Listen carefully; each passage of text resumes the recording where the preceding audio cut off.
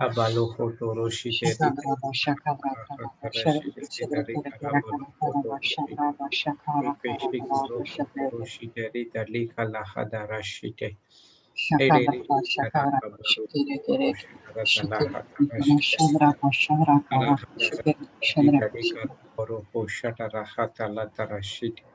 Epeshito rohoto roshakala hatarashi deritari ha.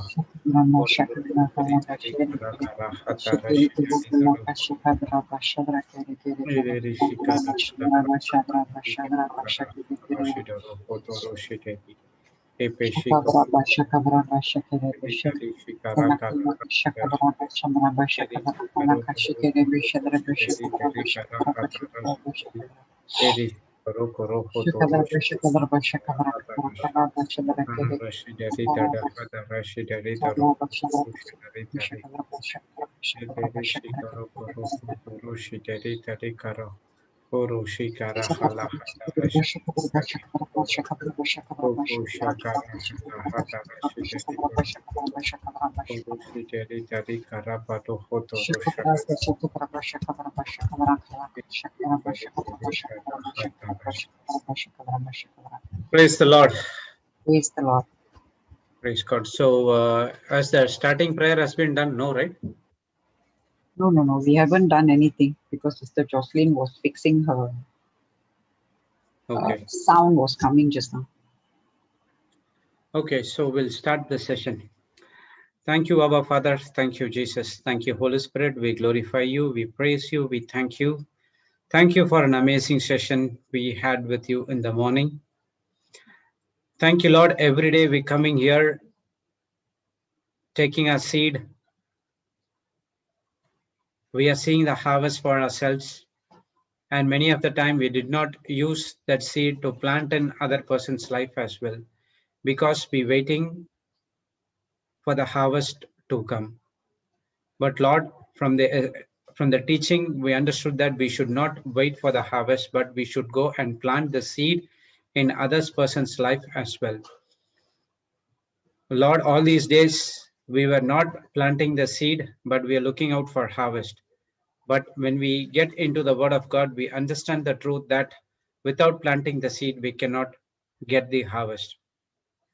Thank you for this wonderful teaching. Thank you, Holy Spirit, for making this teaching very simple and easy for us to understand.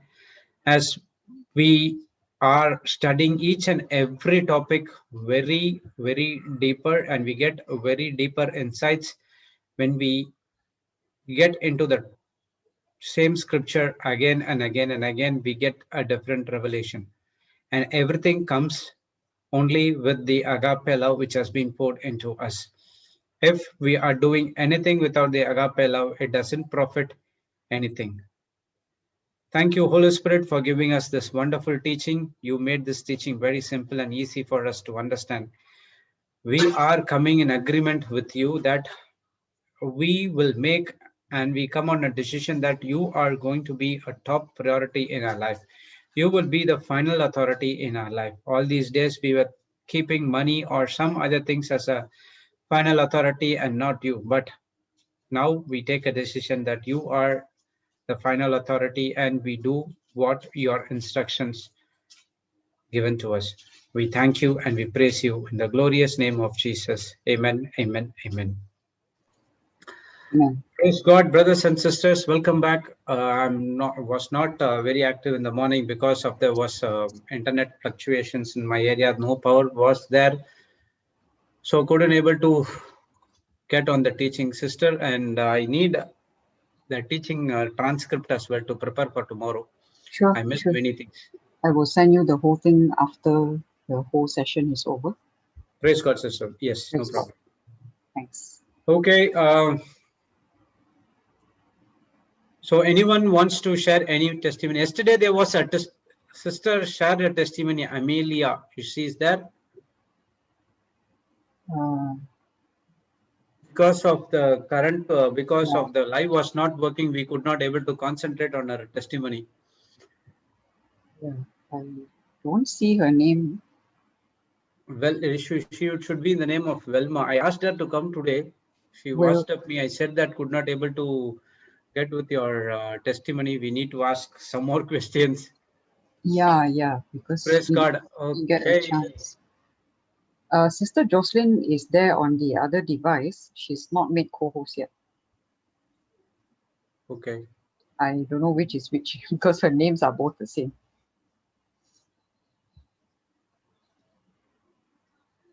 Praise the Lord. Praise God. Okay, Sister Jessie, I'll make you host for safer side. Okay. Okay. And you can make me a co-host. Okay. Praise God. So, anyone wants to share any testimony, brothers and sisters, before we start the main class? Please feel free to come and share the testimony. Definitely, it's going to help someone somewhere in the world. They might be going through the same testimony. Praise God. So, anyone to want to share anything? Praise God.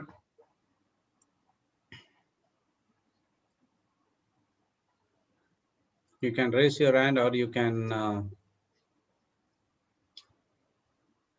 you can send us a message.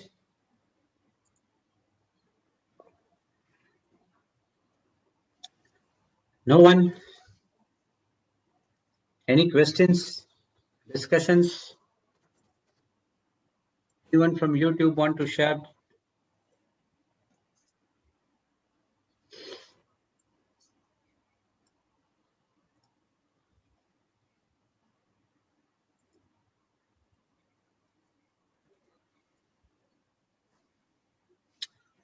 Praise the Lord. Okay, so we were studying in the morning that is yesterday about the wisdom and what is that wisdom is all about. So wisdom is the ability to discern with knowledge and understanding between right and wrong. So before born again, we did not know what is right, what is wrong. We would have been thinking what is wrong according to the Bible. We thought it is good, and what good according to the Bible, we thought it is wrong. So we were in a different side where we have been taken on a roller coaster ride by the Satan, and we were under his captivity. That's the reason we did not know what is that all about. Praise God. Once we get into the Word of God, now we understand what is that wisdom is all about. So when you get into the Word of God, first you get the knowledge of what is that Scripture says. How you know God loves me? That's what John 3:16 and 3:17 says, that God so loved the world, he sent his only son to die for us, and whosoever believe in him shall have everlasting life. And God does not send his son to condemn this world, but to save everyone. So from that scripture, we understand what is the love which our Father and Lord Jesus Christ has had over every one of this planet Earth. So when you go through the scripture, when you ponder that scripture again and again, you get the knowledge. And from the knowledge, now you know how to understand what Jesus did in the cross for us. And once you understand that, when you any other problem, when the Satan comes and says that, see, because of you that this sin in the past, that's the reason God is not hearing your prayer. At that point of time, you know what you have to do, that you have to apply the knowledge and understanding. That is what wisdom. So Papa and Sister Jocelyn every time they say that every problem is a wisdom problem. So every problem which is coming against you in this planet Earth, the solution is from the Word of God. So if you get the wisdom from the Word of God and apply to it, then we get the truth. And once we know the truth has set us free, and there is no more condemnation, and there's no more defeat for you. That's from the kingdom of God. Sorry, that's from the kingdom of darkness. That's from the Satan. Praise God. So we saw that David, how he applied the wisdom. So at the same time, there is also another wisdom which is operating from the kingdom of darkness. That is that wisdom wants you to move out of the way of God. Wants the God has a plan for you, and that wisdom moves out of you on the pathway.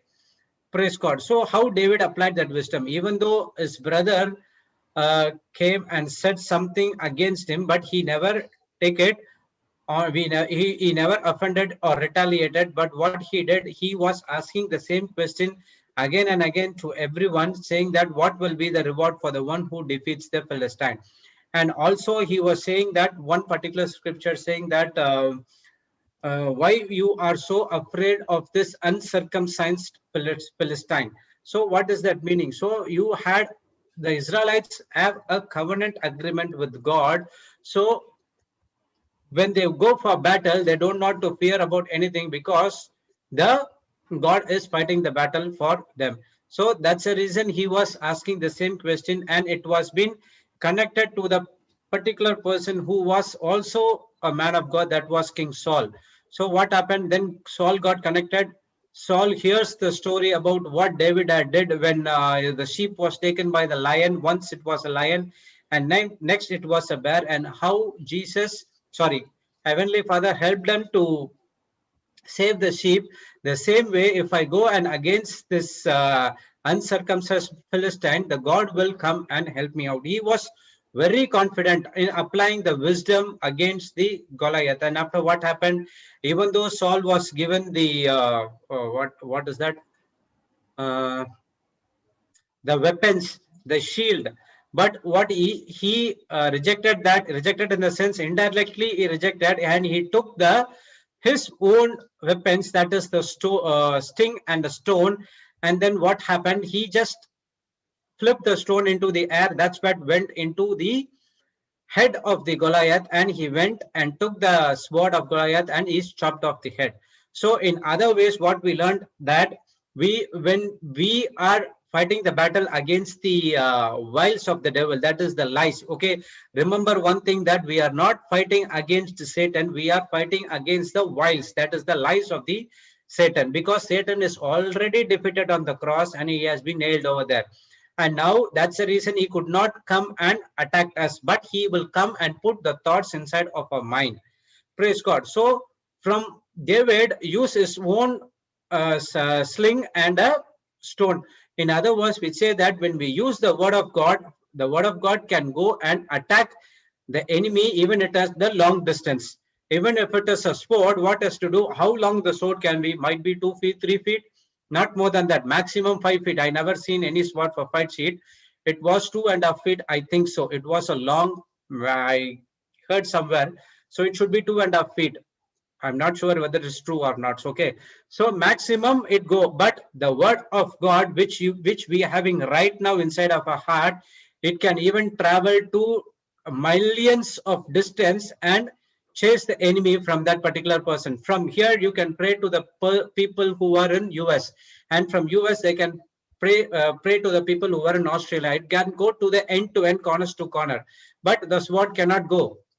Praise God. So in the same way, when you use the faith, that is the use the word of God with faith, that is easier for us to what to say, defeat the lies of the Satan. That the word of God inside of you. But all these days we did not use the word of God because we did not connected with the right person and the right link where they can ignite our faith. So what we are doing from morning till night, even unstoppable, we are preaching the word of God. Whether it's Papa Johnson is preaching, Sister Jocelyn is preaching, Sister Florida is preaching, everywhere the Zoom classes are there. If you log into any of the Zoom classes, you can go.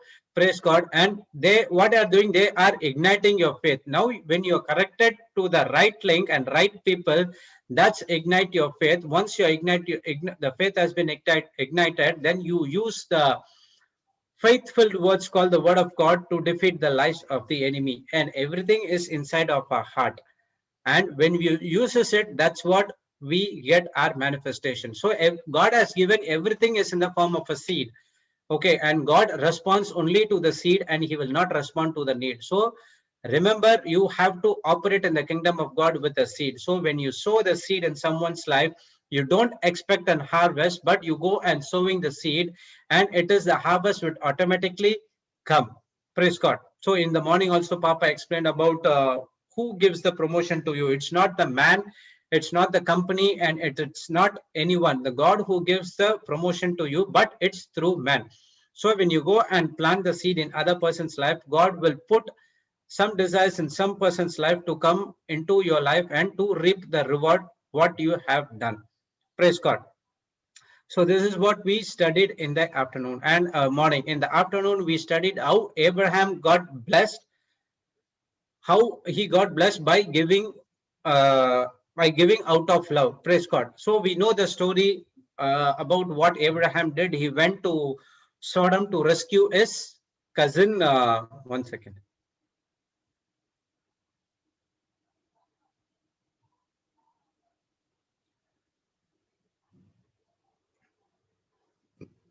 Praise God. Sorry, why was a call getting?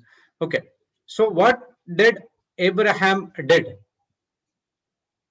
He went fought with the people who with the king who took the captive of Lot, and it was not a one or two. There were there I think it was about five kings were there. Praise God. So he rescued Lot, and while he came back, the king of Sodom said to Abraham that you just take all the wealth which is from here, and but you just give me the people who fought with you. But what Abraham did, he never responded like that. He said that I will never take any a thread from the shoelace of yours. But at the same time, what he did, he gave uh, the 1/10 of its tithes to Melchizedek, the king, the high priest, the king of Salem. Praise God.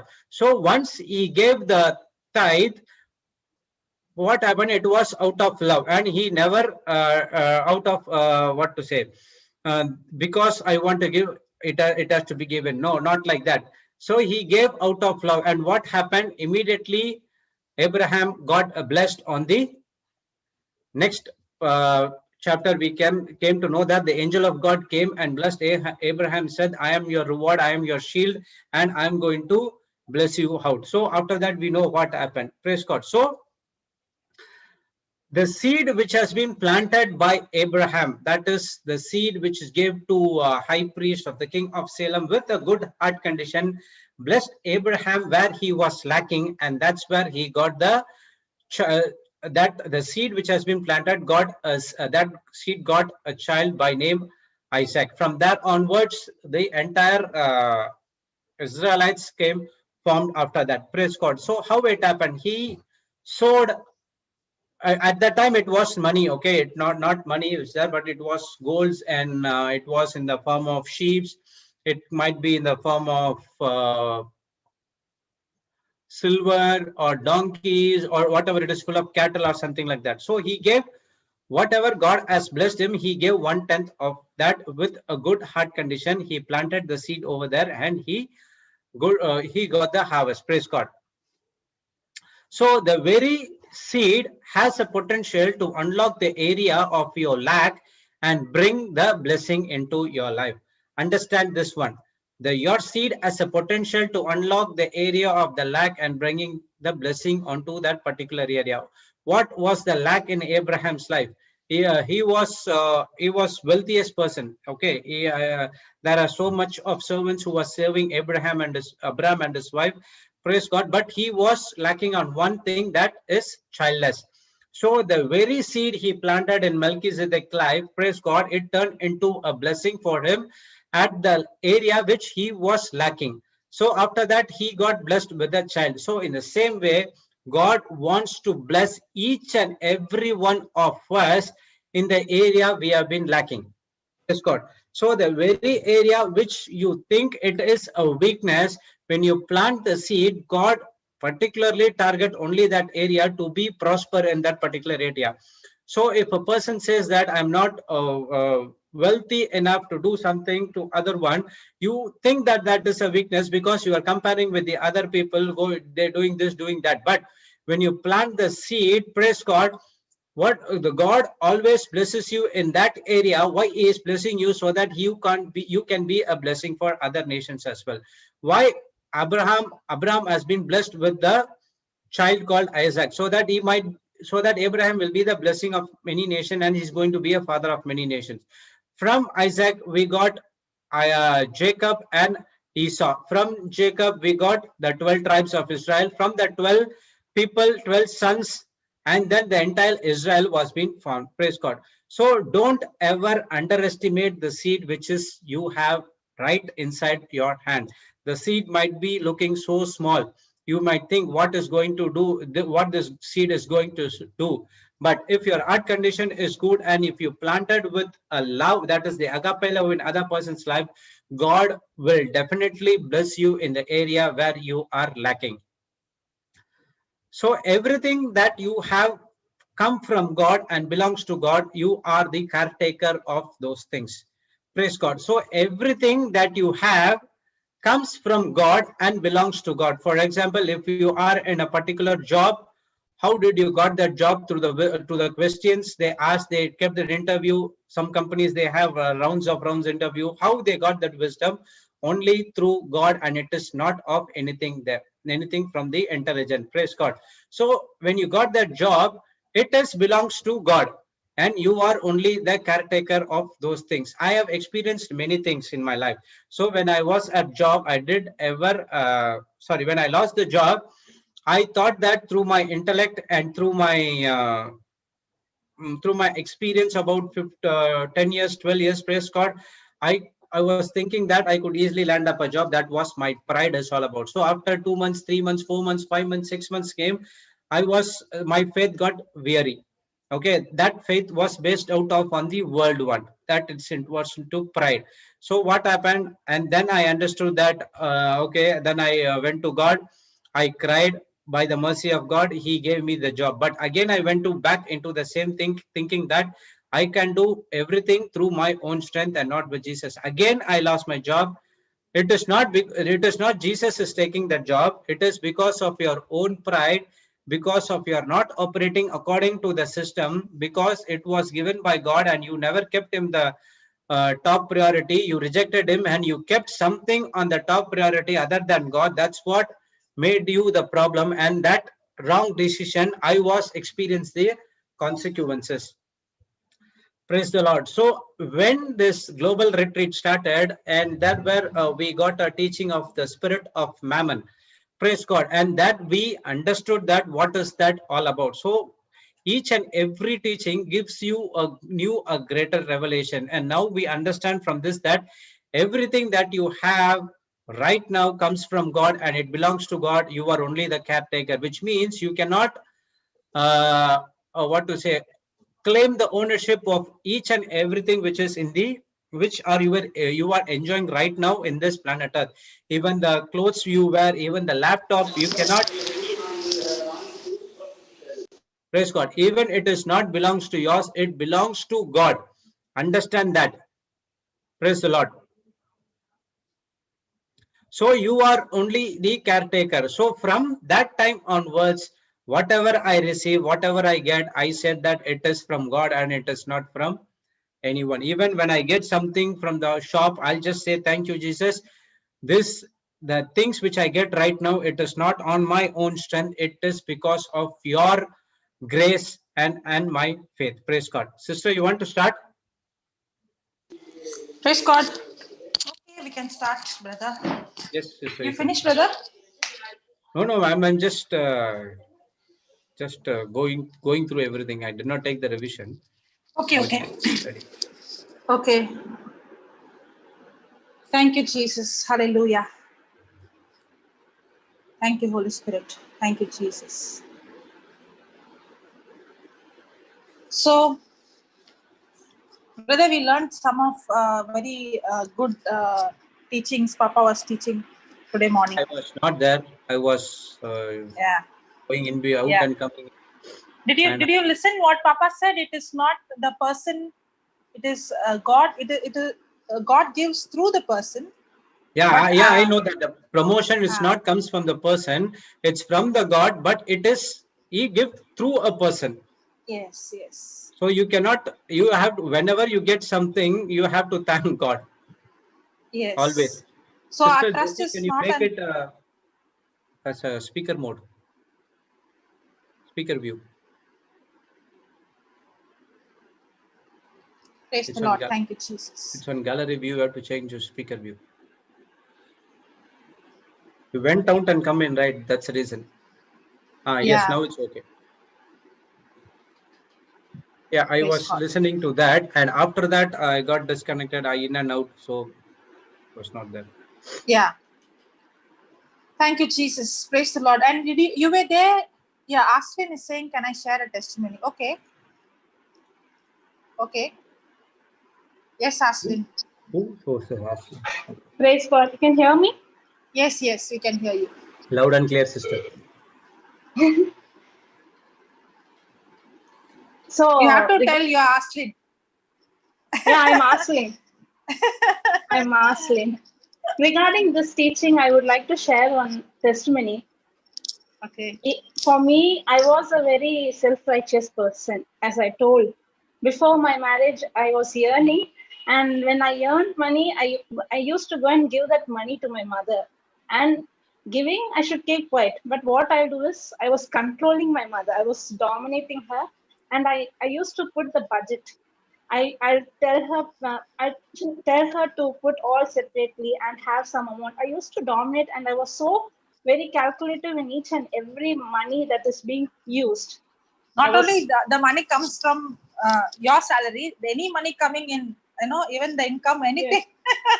Anything, because I think my mother is so innocent. Everyone will fool her. She'll spend. She'll go and give. Unwantedly. She will give. She so won't, I used to. She never. She won't give. She never spends for her. That you know. Yeah. She never spends for her. She will spend for us for house, or she'll do some. She'll be very what to say. She whatever we ask, she'll buy. For me, I'll tell if money is there, don't spend like this. But my mother's not like that. Whatever we ask, she'll buy for us. And I used to be very calculative. Everything I'll be calculating. And I was very dominated by the spirit of Mammon. After marriage, and I went into all those situations, there came a time, because my husband's side, their family business. So their elders only will be providing us. He will be their business because of his problem. Sometimes he might go there, he might not go.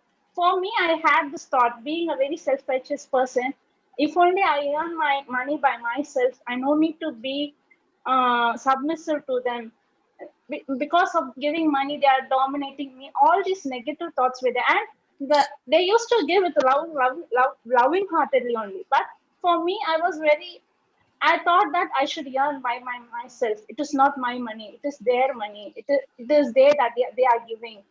I didn't know the teaching about God is the source who's giving me all the things. And slowly, by listening to God's word, listening to it, my attitude completely changed. I thought God is providing me. Through them, He's providing a need. And now, what a person I became is that when before marriage, I dominated my mother. But now, I never used to think about any financial. I never used to go and ask my husband, what is the bank balance? How much is the savings? I never ever used to interfere with him, and I never used to bother also, because I got rid out of that spirit of Mammon only by coming into God's word. It is not within a night. It took years. It took nearly 4 to 5 years for my mindset to be changed. And now I never bother whether whatever they do, let them do. But my source is coming. God is the provider. He's providing me. And now it is totally changed. So this is my testimony. Only by understanding God is the source, I got rid out of that spirit of Mammon. So when you were seeing that the money was the source, you were controlling others. Yes. But when you saw God as the source, now you're not controlling others, and now you realize others are not controlling me. It is God who is, in charge of me. It is God, my provider. So now your trust is no longer on man. Earlier, your trust was on man and your trust was on money. But now, because your trust is in God, there is peace. Yeah, peace. And now I do a very small part-time job because my son is there. Because I never interfere with my husband or with my mother-in-law. The finance department, I will not go. They also won't ask me, what are you doing with the money? I'm free to do whatever I want to do. So God gave you a part-time job? that you have to only walk and cross the road and do your job and come back. Yes, just opposite to that, to 1 hour class. 1 Yeah, hour. you have to go. There's a hospital opposite to her, the hospital where I used to go. So there's a hospital and she teaches for the nursing as a part-time. So she There's goes a college there. College, there's a nursing college. So Nursing she has college. to just cross the road, 1 hour teach and come back home. And that too, teach them the word of God. So now you are not, it is not, the time is not taking, that too in a week, maybe 2 or 3 days. 3 days, only 3 days class. And only 1 hour. So Only God 1 has hour. given you a job where you also can plant a seed. Yeah, because I won't interfere with my husband. He won't interfere with me. He won't ask, what are you doing? I am very free to do what I want to do. And yeah, Okay, I got rid of that spirit of now Mammon. somebody might be watching this and saying, but I don't have a part-time job. I don't have money. What will I do? Remember one thing, don't look at what you don't have. That is what we are learning. What is in my hand is what will produce my future. What is in my hand is what will produce my future. Not what you don't have, no. What you have in your hand. Now it is not necessary the seed has to be money all the time. It can be anything. Can be anything. You know, if I see the testimony of Muzaram, the place, the handful of rice. Mizoram. Okay. Oh, sorry. Yeah. Mizoram. What is that? Mizoram. Okay. So in that place, you Sister see. Jessie, you're mute. We can't hear you. Yeah, you're mute. Sorry. Didn't realize. So if you see, that country is not a very big, rich country. Correct? State. But they have this attitude that every day when they cook rice, they take a handful of rice and keep it aside to give. Okay? And this is not only the rice, whatever they have, they take a part and they give the portion and give. And if you see the houses and the people, they're very simple people. But then I will never forget that, one lady said, I don't know, one lady or one person said, as long as we have food to eat, we have something to give. Mm. As long as I have food to eat, I have something to give. So, don't say I don't have. There is something that you have. There is, and if you see, whatever you have is a gift from God. Whatever I have is not mine. Nobody can boast and say this is mine. Whatever I have is a gift from God. And whatever God has given me is a seed. And all that I have to do is to plant the seed with love. And what goes out from my hand will never go out from my life. What leaves my hand will never leave my life. It goes into the future, it multiplies, and it comes back. Praise God. Thank you, Jesus. Yeah. She's gone? Oh, she's there. She's on mute. Okay. I'm here. Yeah, you want to say something? No, and this is what I want to say. And what you said is right. The job which I'm doing is after 8 years only I was doing a job. Before that, I was there in my in the house, and I used to, I for the business, I go to the shop and I help them, but not expecting anything. Wherever up there, I used to go. I used to teach the person who was there, and the lady will be working there in the bakery. I'll teach her a word of God. I'll teach the labor who are working there. To the customers those who are coming, I used to share my mindset, and I used to do all the work, not thinking that So that means in other way, that now you have got your part-time job, but at that time when you did not have your job, but the business, that the family business, you used to go there and you started to plant the seeds that you already have. Yes. And you started to give the seeds to those who were working there. Yes. Correct? Yes. So you are already Yes. a giver. You were given. Yes. So what you Yes. started to plant is what is producing your future. Yes. And one more instance, can I say? Yeah. Can I say one more? I didn't have a child for 7 years. And initially that feeling was there for me. But after 2 years, there was a girl, my husband's, some relative, not relative, Okay. friend, family friend, okay? One girl was there, her mother had cancer. And I also saw her once, and her mother died. Her mother and father were separated, and she was with the mother and the grandma. But her mother died. That girl has lost her mother. She's not with her father, and they brought that girl to me to teach her. She was 12th standard and said she's not willing to go to anyone to learn. I don't know. I said that I can take biology, but physics. Okay, I'll try. I'll teach her. Bring her. I taught her that I used to teach her. For me, I didn't have a child. She lost her mother. For me, evening when she comes, I will prepare for her food and everything as a mother preparing for her, and not expecting no tuition fees, nothing. Before marriage, I used to take tuition by taking fees, but this time, no tuition fee. I'm not employed. I don't have a job. My husband family is providing. But I didn't have that attitude to get money for taking class. I did it as a motherly. I did, and I also taught her what is forgiveness. She was not able to forgive her father. She will not even say a father, Appa. She won't tell. That man came. That man came. She used to tell that, and I used to teach her the biblical values, and I used to teach whatever I'm learning. And her father only, because her mother died, her father he became a guardian for her. He used to come and pick up and drop. She never used to call that. But later on, she started to say, my dad came, my dad went. Her heart changed and she accepted her father. And she got past and everything. And that is what, not expecting anything, and we give what we have. I did this, and after 3-4 years, my son was born. At that time, I didn't have that worry, but I gave a motherly affection towards that girl. But God has blessed me now. Thank you. Praise God.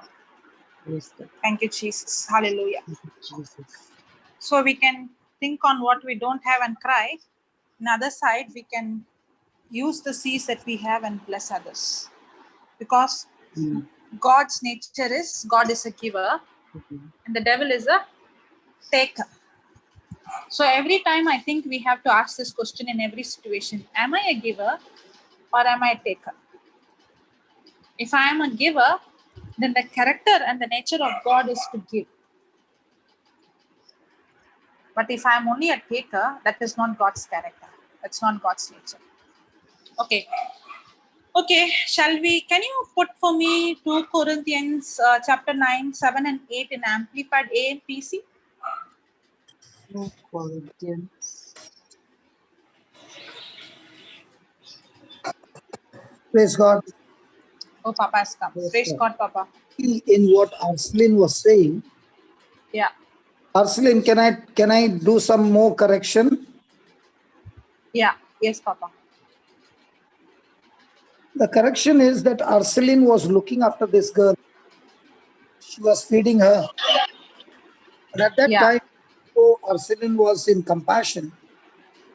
But she had no God at that time. No, she was in the Word.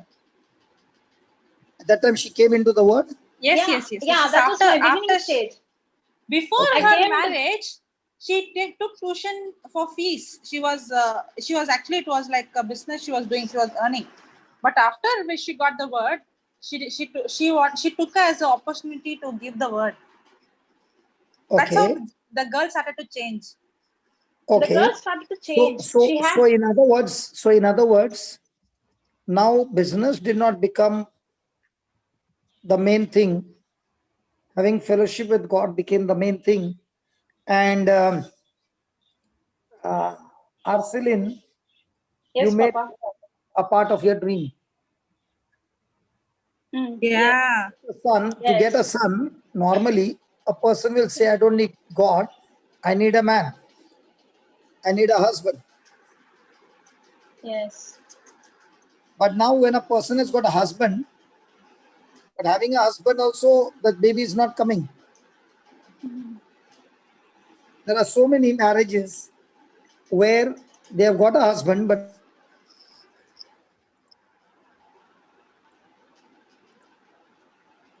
Papa, we can't hear you. We can't hear you.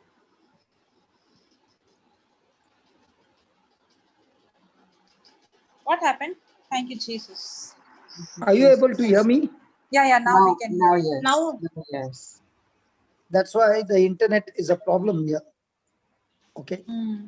So what I'm trying to say is that the moment a person makes a dream and believes that I require God in this dream, then that dream becomes a God-given dream. And if the person feels that I don't need to involve God, then it is never a God-given dream. So to get a baby, I don't need to involve God. I can still get a baby through the seed that God has given. Can you all hear me? Yes. yes, Papa, yes. Yes. So if God gets involved with your dream, then if you believe God has to get involved in my dream, then only he becomes the only means to achieve it. Can you say that, Papa? If I believe this is a God-given dream, Hmm. and I involve God in this dream, Hmm. then the only means by which this dream can be fulfilled is God. He is my Yes. source. Yes. Like I made a dream to have a retreat center. I made a dream, but it was a God-given dream. I made it into a God-given dream.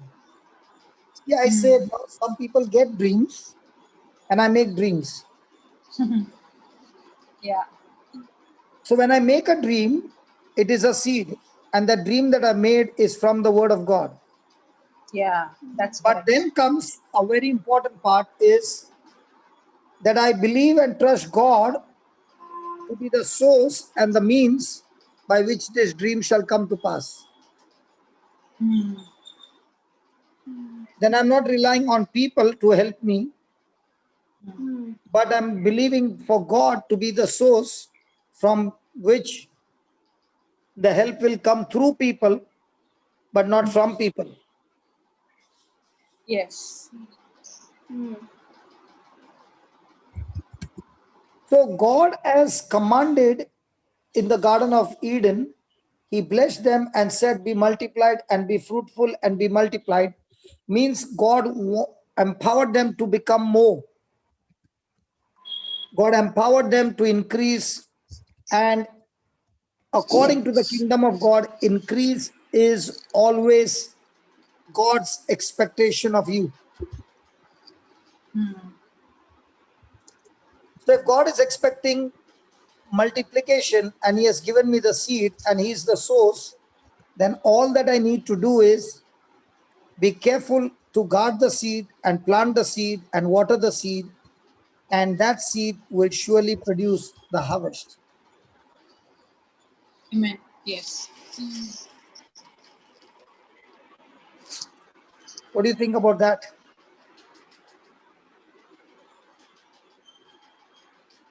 True. Yes.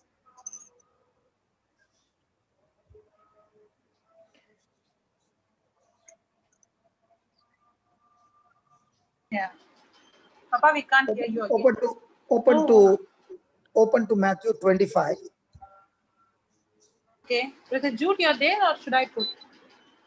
Okay, I'll put fine. Take from 25, the servant with the talents. Matthew 25. Go to 20.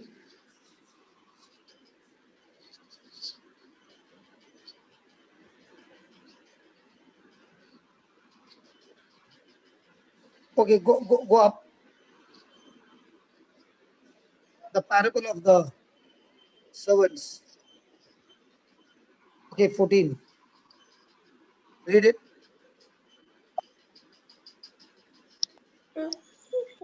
For the kingdom of heaven is as a man traveling into a far country, who called his own servants and delivered unto them his goods.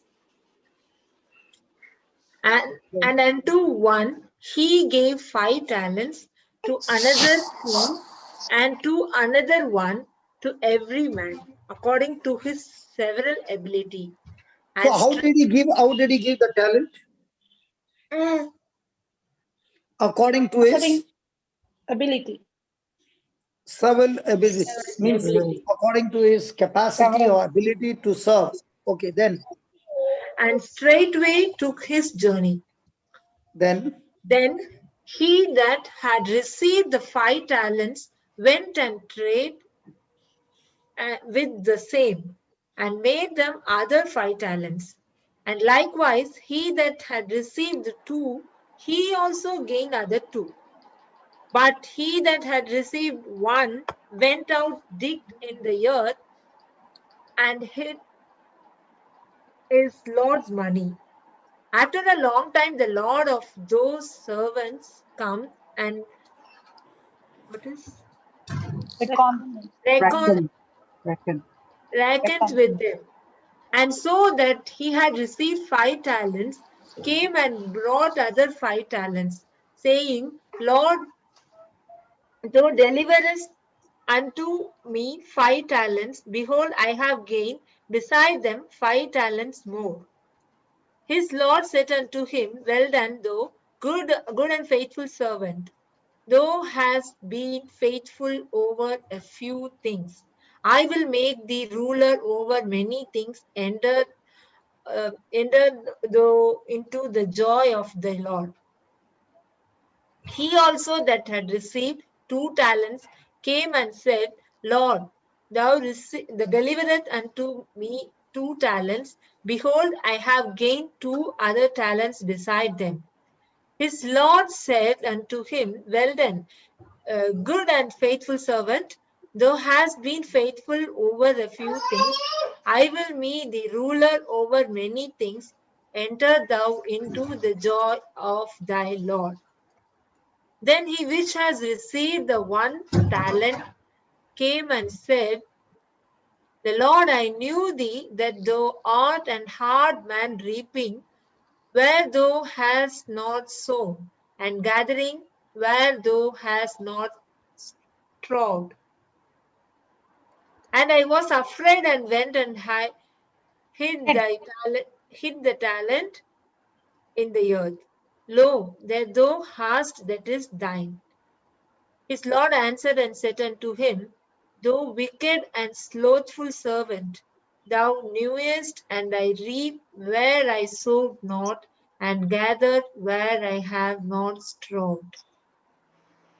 Thou oughtest therefore to have put my money into the exchangers, and then at my coming in should have received mine own with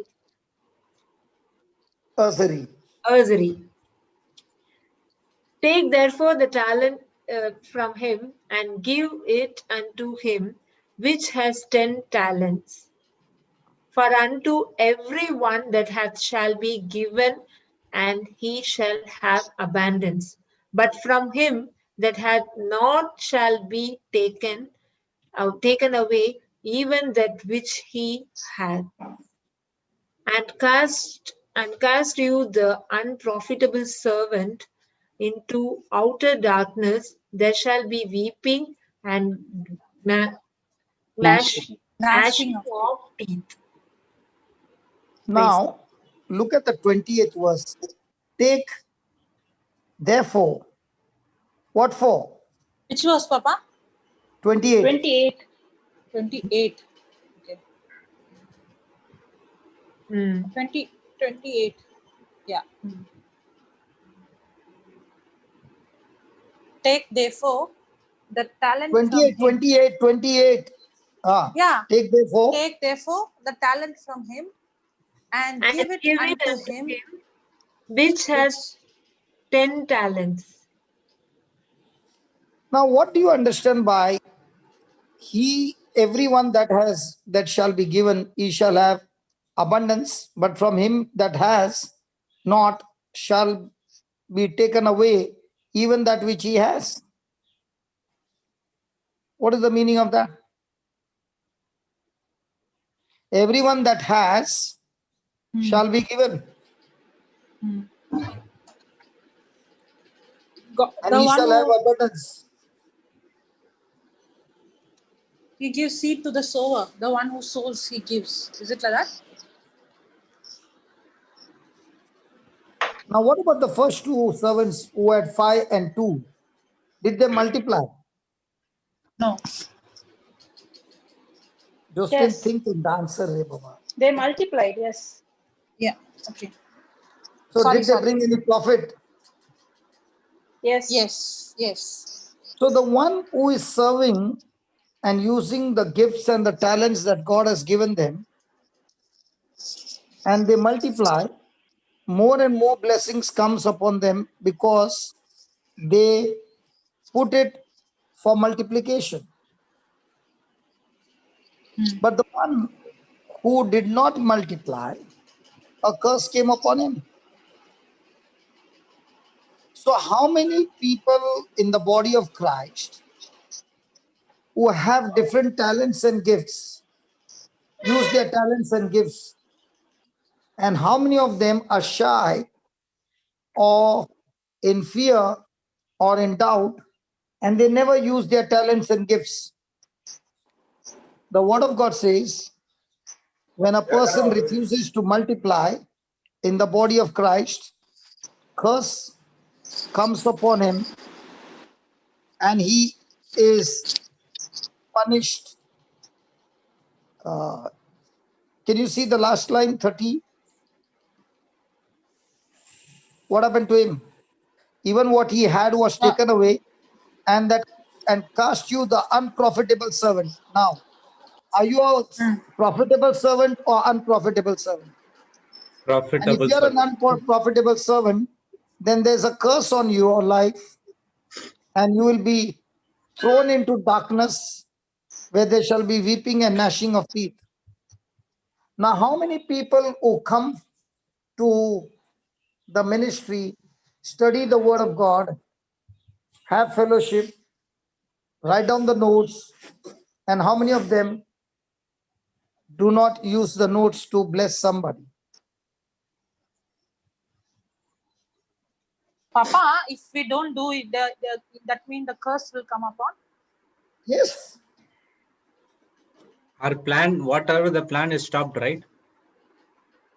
Baba, you just, I'm not saying, you can see it right before your eyes.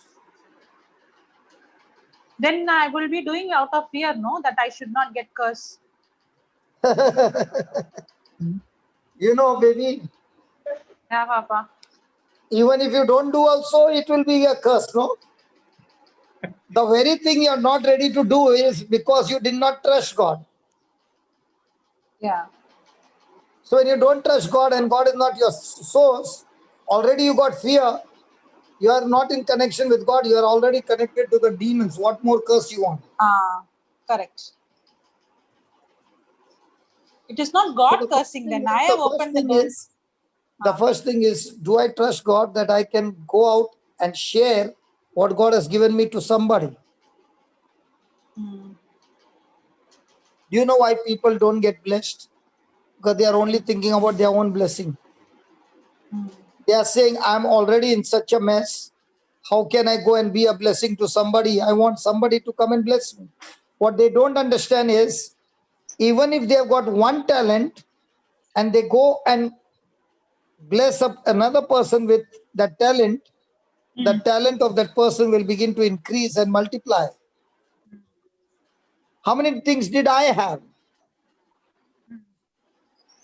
I had nothing. I started with zero. I not even zero. I started with minus. Yeah. But today, when I look back and see that God gave me a heart condition where whatever I learned, I began to bless others and help others, and I would go extreme. If God said go, if somebody says go 1 mile, you go 2, I would go 200 miles. Yeah, So when Papa, I we can see began that. to go even more, you see, Yeah. when I look back, see, is it easy for a person to drive all the way from Bombay to Goa, taking No. 8 sick people in the car, pick them up from home, take them for the retreat, they stay there, finish the retreat, put them in the car, bring them back home, and take them to their house and charge them not a single rupee for all the service. Not even for their stay, not even for their food. And I did this for 18 months. But little did I know at that time that these were seeds which were actually growing, which were planted and growing, which brought in the harvest of the center. Oh, yeah. So the investment of the seeds that were sowed were too small compared to the value of the center. So big. Yes. So when a person is not using his talents and gifts, you know, even the tools, when you don't use it, gets rusted. What is that rust? Yeah. A curse, a damage, a destruction. Hmm. In the same way, when you don't use your talents and gifts, what happens? Curse sets in and destroys everything. But a person who is using whatever talent, whatever gift he has in the kingdom of God, it's going to multiply and multiply and multiply and multiply, and you will never ever have any lack in your life. You know, when you multiply 5, God says, I'm going to make it 10. I'm going to make it 100. I'm going to make it 200. And that is where you are understanding God's formula of sowing and reaping.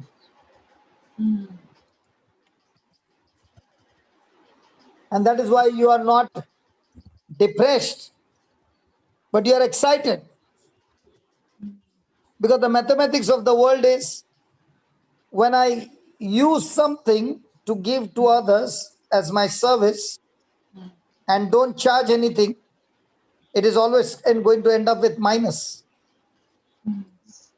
But God is saying, no, it's not going to be minus, it's going to be multiplication. Yes. That's why God said, be fruitful and multiply. Yes. So are you supposed to be fruitful and multiply? Yes. Correct. Hallelujah. And I can never be fruitful without me giving. Yes.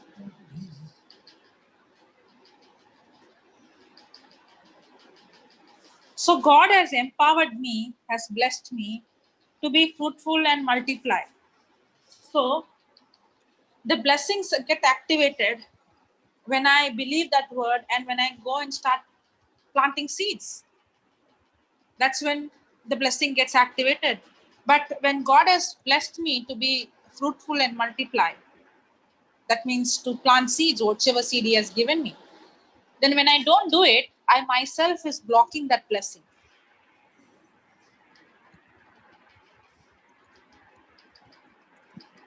Praise God. Praise God. Isn't it, Papa? What? Yes. No, what I said is, God has, blessing means God's empowerment to get result, right? And God has blessed us to multiply and be fruitful. Fruitful means it's talking about all the seeds, the money, the talent, all the gift.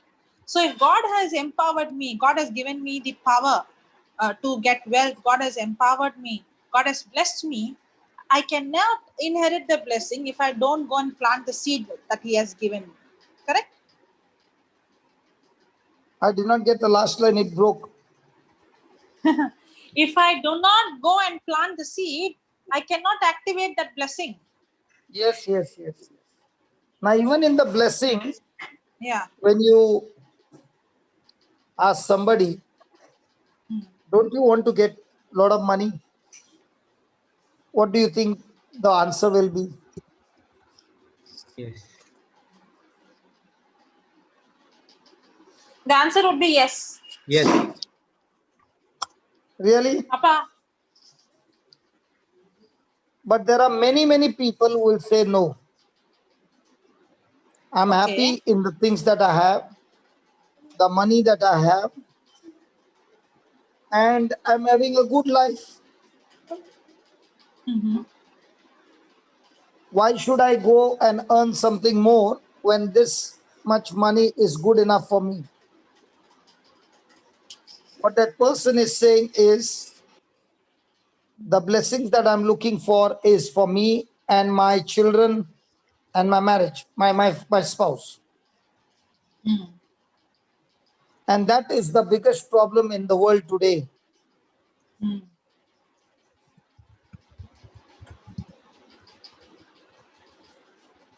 Today, the situation is that I have got enough for me and my children, and that's all I need, and I'm happy about it. Okay. If I have to ask somebody a question, when you look at the poor people starving on the streets and having no resources, what do you think about that? What about now with COVID? So many people have lost their job. Some of them never ever imagined that a day would come when they have no money to even eat food, because they lost a very fantastic job. Some of them had taken loan to build a house. Now the house is there, very expensive house, but no job, no business, and there's no money to eat. Now, what is the financial blessing that a person looks at? A person looks at financial blessing as a blessing where I and my family are taken care of. But the financial blessing that God is looking for is not merely being blessed, but becoming an instrument of blessing to those who are lacking, those who are hurting, those who are broken, those who are poor, those who are in crisis. So financial harvest is much bigger than you getting a paycheck where your expenses are taken care of and a little more is remaining so that you can use that money to go and take your children for a picnic or all that. No. God is looking to you whether you can be a candidate ready to become a candidate for financial harvest, where the Lord can trust you with huge amount of money, so that your heart is huge, filled with love and compassion, where you are willing to use this money for the kingdom of God. And that is why God is waiting, is all the time looking out for somebody who is willing to use their faith. So when they use their faith for supernatural financial harvest, then the supernatural intervention of God brings forth the manifestation, and with that manifestation, the person is able to take care of so many ministries who are looking after people with different issues of life.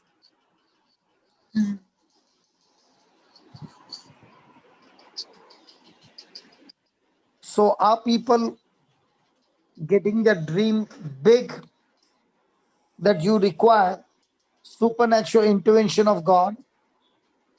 And because of this dream big enough,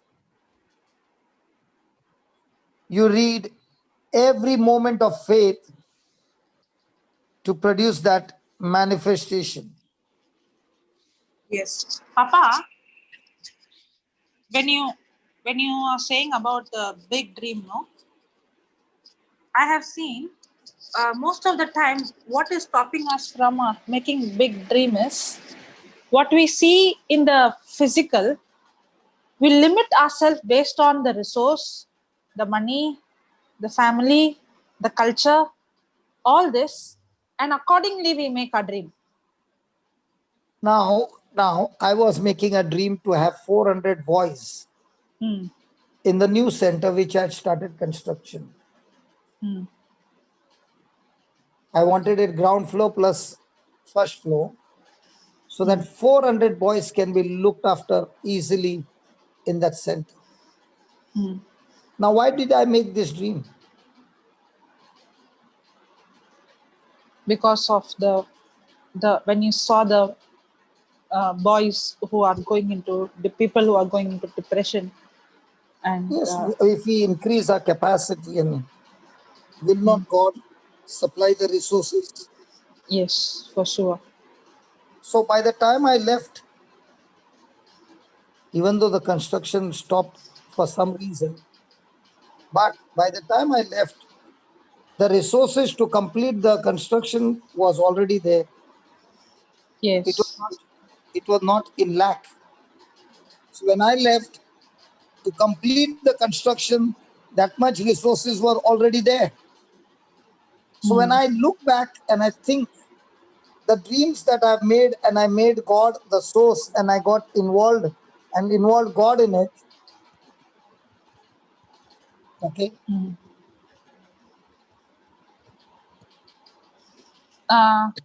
God supplied every need.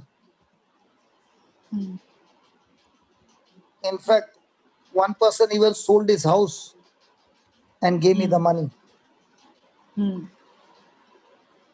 When he came to know the reason why this construction was going on, he even sold his house. And he said, if this money is going where all these boys would be taken care of, I want to sell this flat and give you all the money so that this construction can take place.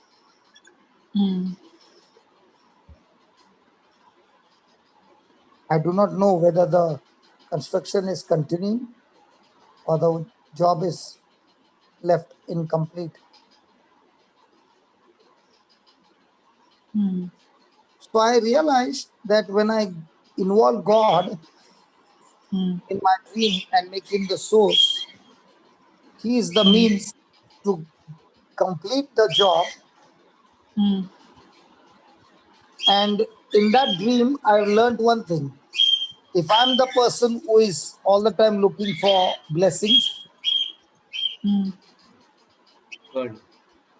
then God will not be in the dream. But if the kingdom is the one that is being blessed in that dream, surely God is in that dream. Somebody is asking, brother, can you give one more of your example of applying this principle to understand more clearly? What principles? Yeah, so, sister, can you tell me which principle you want to understand? I just spoke to you. Yeah. That I began to use the talents and gifts what God had given me. And every talent and gift was only to save souls and make life beautiful of different people. Say that again, Papa. When I made a dream. I made a dream for the alcoholics. I made a dream for the retreat center. So the alcoholics would come out of their alcohol And at the same time, the retreat center where the person would have a great relationship with Jesus. In both these places, the people got blessed and lives began to get saved. So I saw that when I made a dream. The dream was not for me to be blessed, but the dream was that I wanted to be an instrument of blessing to this hurting world. So God got involved in that dream, and God blessed with all the resources needed to complete the dream.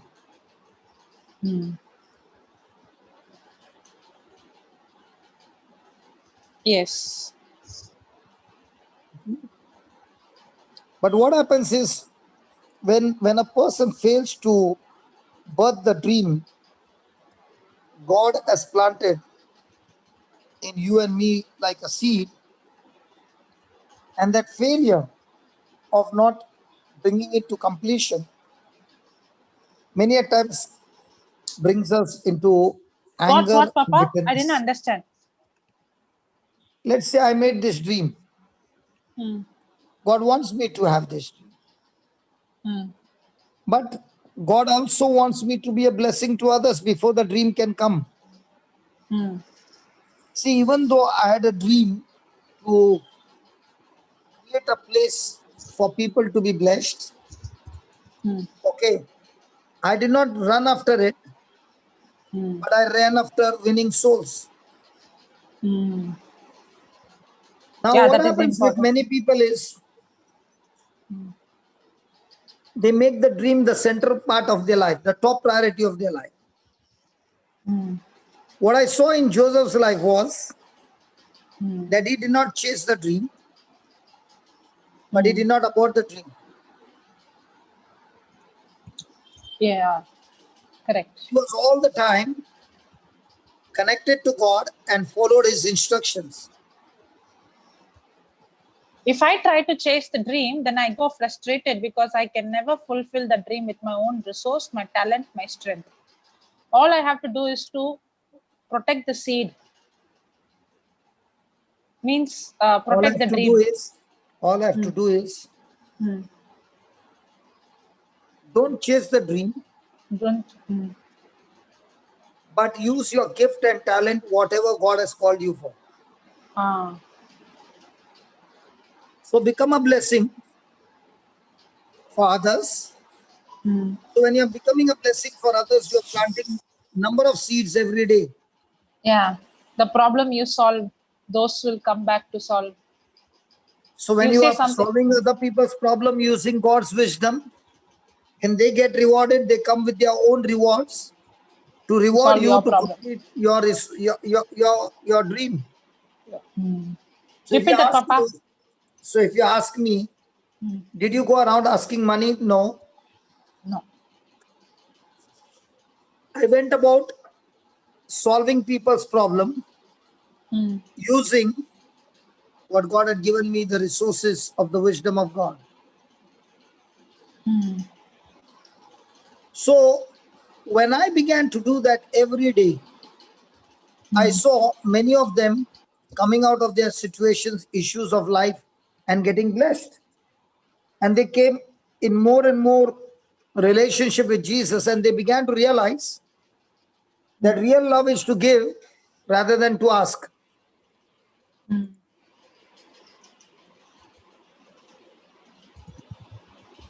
So as they began to realize that by giving is agape love, they came who got rewarded with the teachings and began to bless us. And whatever they gave, it went into the treasury of the kingdom of God to go and complete the assignment, the dream that God has given. But if I don't use God's means, if I don't use the principles of the kingdom of God, if I'm not in fellowship with Jesus, then that dream remains a dream and it doesn't come to completion. That's when the person gets bitter. That's when the person gets angry.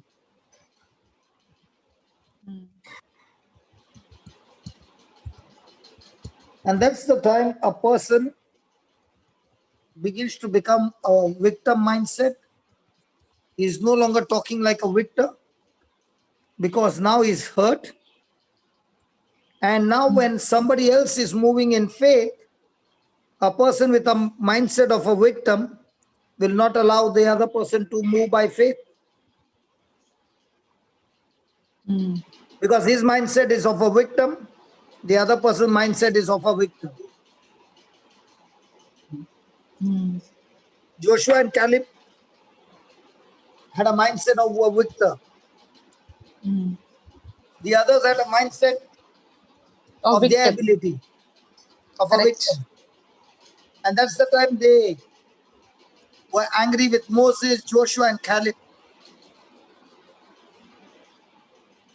So faith is confidence in God. What, Papa? Faith Faith is confidence in God. And that confidence is a proof.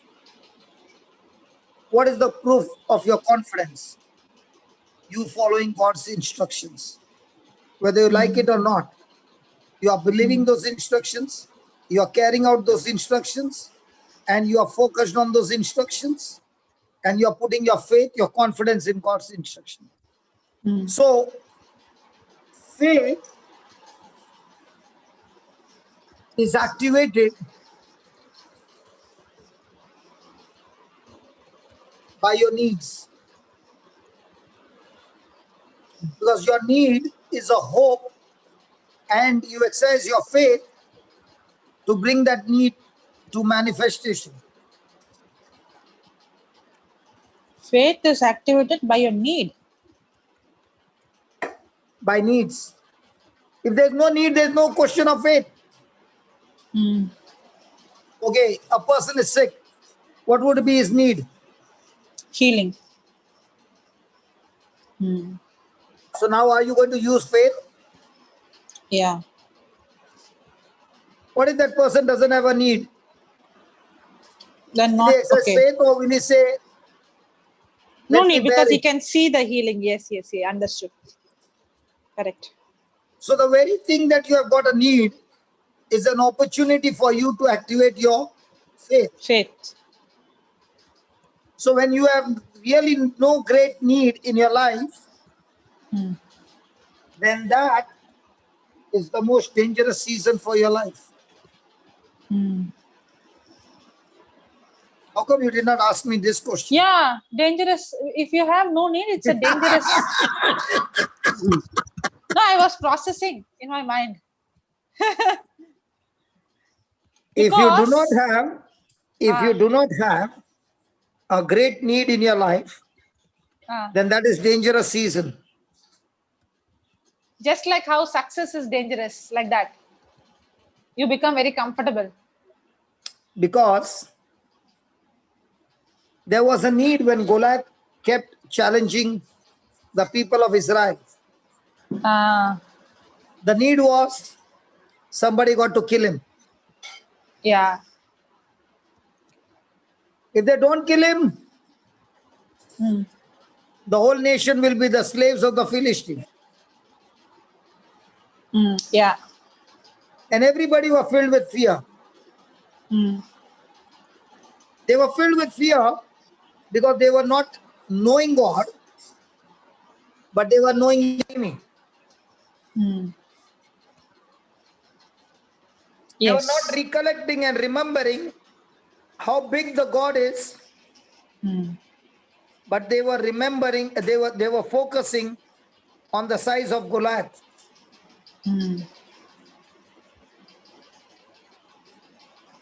And that is a dangerous season.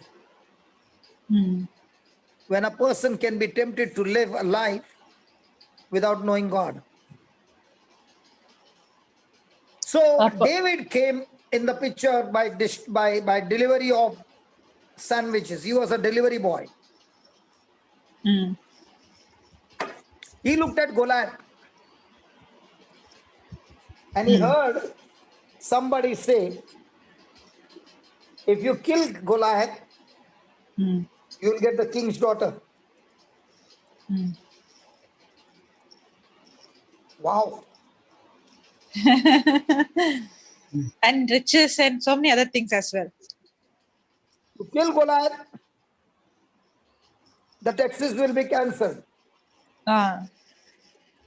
Wow. And you'll also get favor from the king. So when Goliath was challenging the people and insulting God, David was ready to plant his seed faith.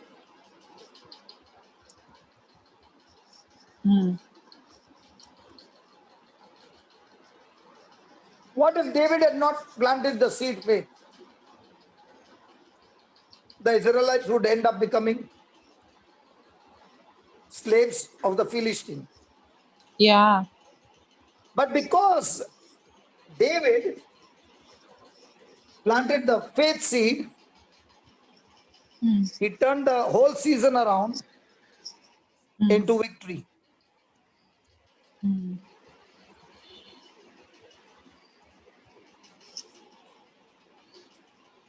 So, did David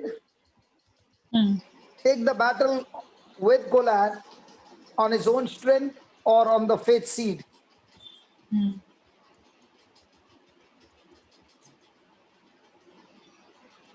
Are you all with me? Yeah, Papa. Sorry, I'm getting messages on the chat. I got distracted. Yeah. That is why I don't put the chat only. Yeah. When it is coming small, I can read. When it comes big, I don't know how to read it. Yeah.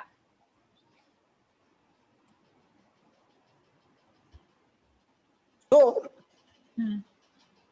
my question to you is, did David take the battle by faith or by his own strength? No, not possible with his strength. Faith. So every time a person is ready to operate by faith, is he making God his source? Yes, he is making And God if he his is making source. God his source, then be sure that you will never be cut off from the supply from the source. The supply will always be continuously on. My God shall supply all my needs when I exercise my faith to be a blessing to somebody.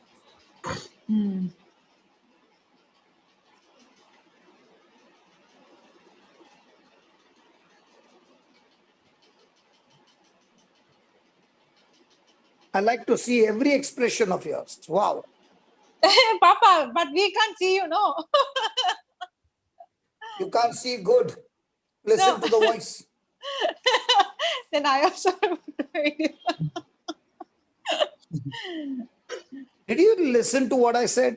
No, I did not listen. Last line. You're catching me correctly. That's why I'm going to put my video off. Sorry, Papa.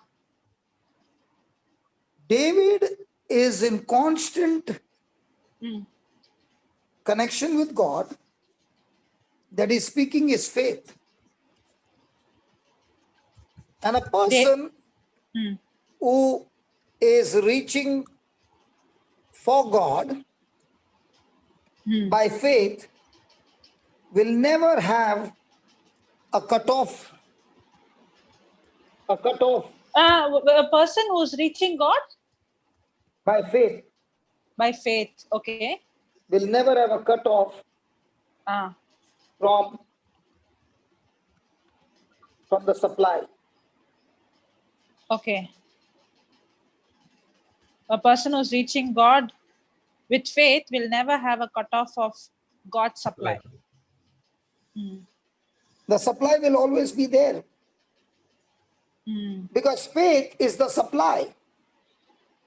It's like the good conductor, faith bad is conductor. the substance. And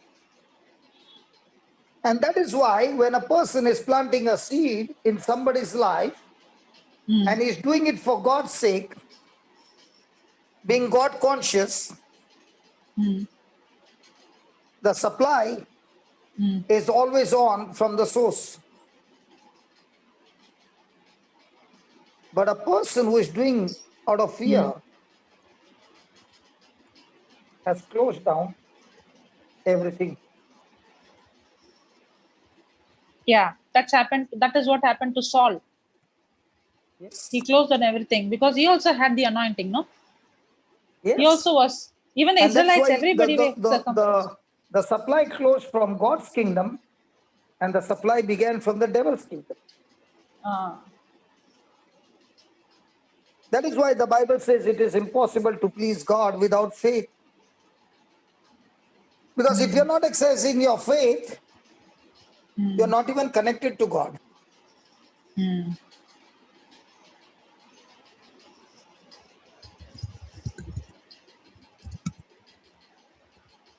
Yes. Because the one who comes, who comes to God must believe that God is. He is, and that He is the rewarder of them that diligently seek Him.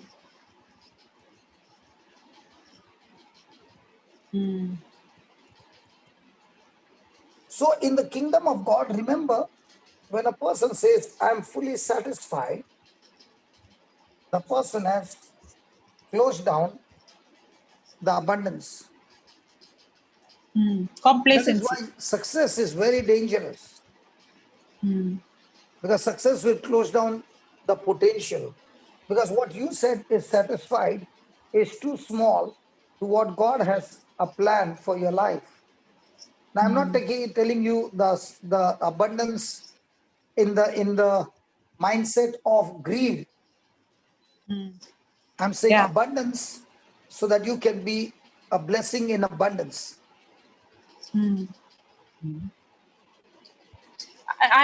That means what you're saying is, the moment you're saying, okay, I have done, I have achieved, then there is not going to be any growth.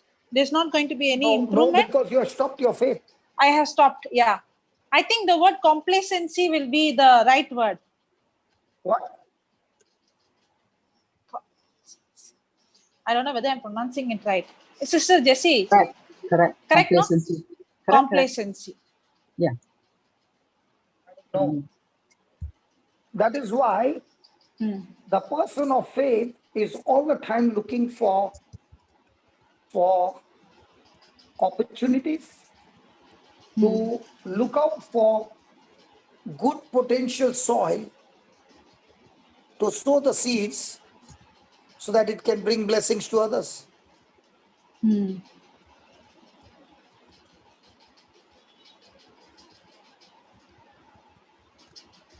Praise God. Praise the Lord. Praise the Lord.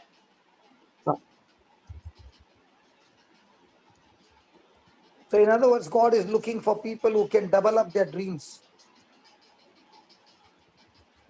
And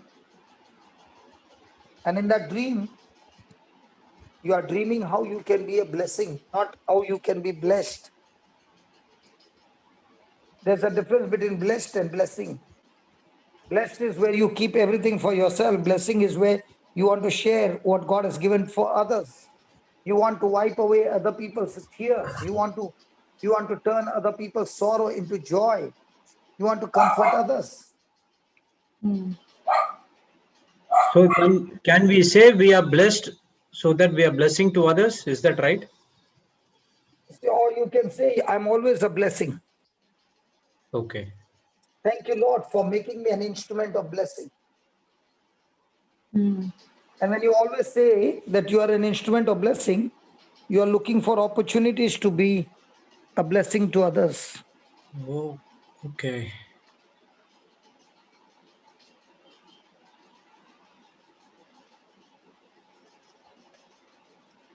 Praise God.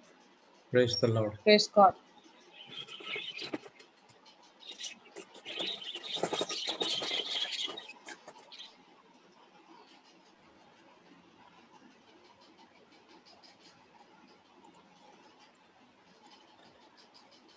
Can I ask a question? Yeah. Earlier, Papa said Praise God. Praise God. About Joseph.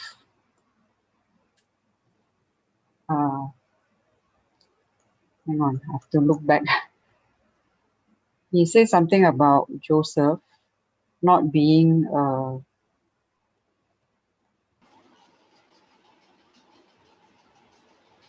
can't find it now. I'm looking for it. What sister? About Joseph. Okay, what is your question? Joseph did not chase dream. Chasing dream means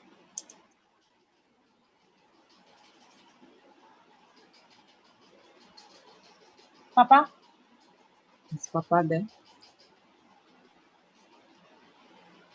Praise Papa, God. are you there?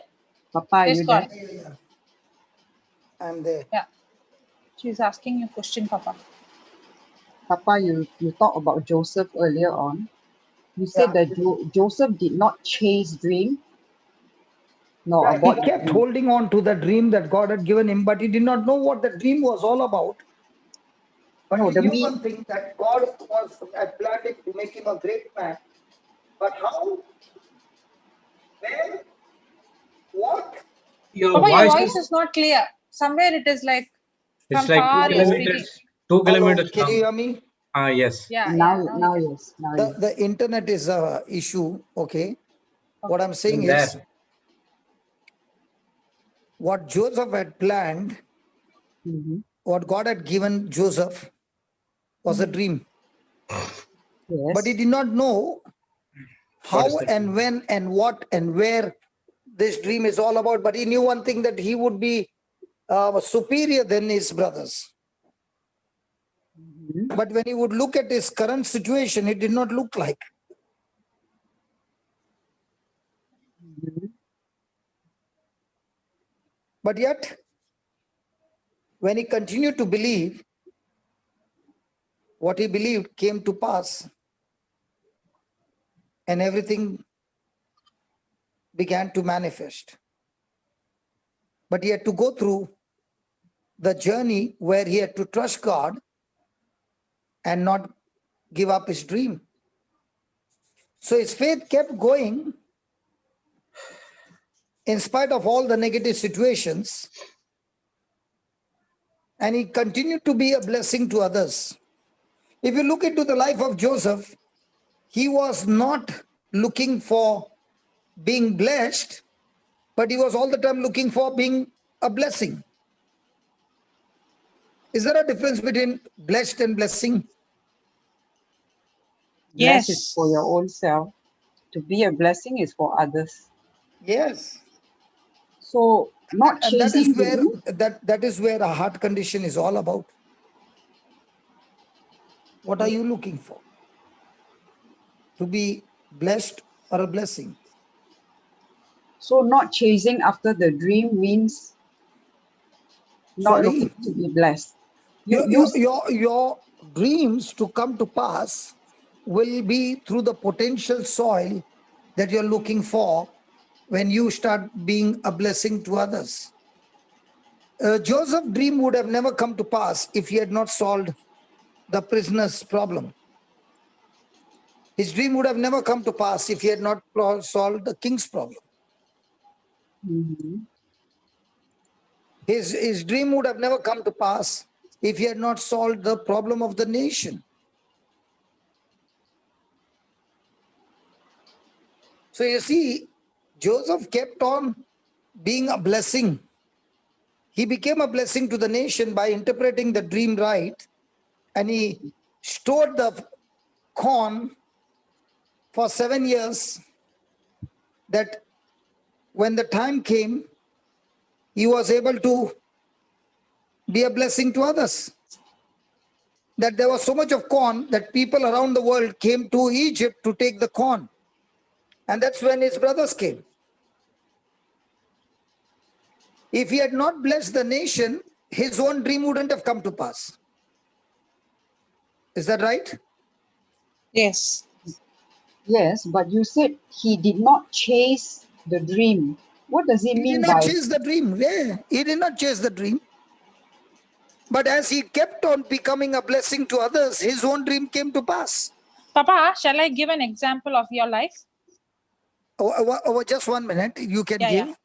I'll be going now to to Melbourne. Okay. Okay. What I'm saying is, if he had to chase his dream, he would have gone in search of his brothers. Did he go chasing his brothers? No.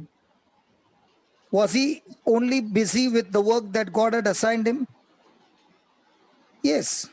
Yes, but why Did would his brothers come in search of him? Yeah. No. They came in No, search of the corn. They wanted the food and they found him. And they did not even recognize him, but he had to reveal himself to them. And that's when they found him. So when you don't chase your dream, but you make your dream, and you don't chase your dream, but you every day look out for opportunity to use your resources to bless somebody, your dreams will come to pass. Your needs will be met. There has to be a need, because when the need is big, then you are exercising your faith even more. Otherwise, you go into a lazy mode. Now, there's a need for what I believe is, if the church has to preach the gospel, this is the best season to preach the gospel, because there is so much a problem everywhere, and the solution to every problem is the preaching of the gospel. Yes. If the church has to be working overtime, this is the time for the church to work overtime, because everybody is going through a trial and they don't know what to do. And this is the season for the church to go on with full swing, day and night, sharing the gospel and getting the people out of fear, out of depression, out of doubts, and giving them the wisdom which will bring them out of their issues. Now, can I say, in this year, from March, we used every opportunity to bring blessing to others with this global preaching. Okay? I can say without a doubt, the seeds that we have sowed, I don't know where these seeds harvest will take us. Not take me only, take all of us. Because the seed that we sow is so small today, but as years go by, we will remember this. When I was teaching on faith in Dubai in 2009, I'm sharing about the retreat house. It's my dream. I've not yet got a place. I've got nothing. But I'm sharing the dream. And 2012, I think. I don't remember which year. 2011. 11, okay. The house of God is ready. But all those years, we were like the caravans, like the gypsies, going from place to place, having no place. And it came to pass. Yeah, you wanted to share something? Yeah, go ahead. No, same. What you are saying, no, the same thing. When you had the dream of the center, you did not spend your time leaving everything and going behind. Where will I get the tiles? Where will I get the chair? Where will I get this? How will I build? You were not spending time in chasing your dream. You did not do that. I have seen that. I am the eyewitness. I have seen before, because from 2008 I've been seeing. I have even seen in 2009 or 10 in your laptop the picture. Yeah, but I have not seen you going and spending your time in thinking how to construct, what to do. You were not chasing your dream. You were busy going and solving other people's problem. And the dream did not come through you chasing the dream, but you had the dream, and it is God who brought the dream into fulfillment. And he brought the people to complete it. Yes. He brought the people, he brought the resources, he brought the money, he brought everybody. And every one of them were strangers. Yes. And you had no clue how you don't even know who is going to come, how it's going to happen. There was no physical evidence at all. No, neither did I advertise anywhere.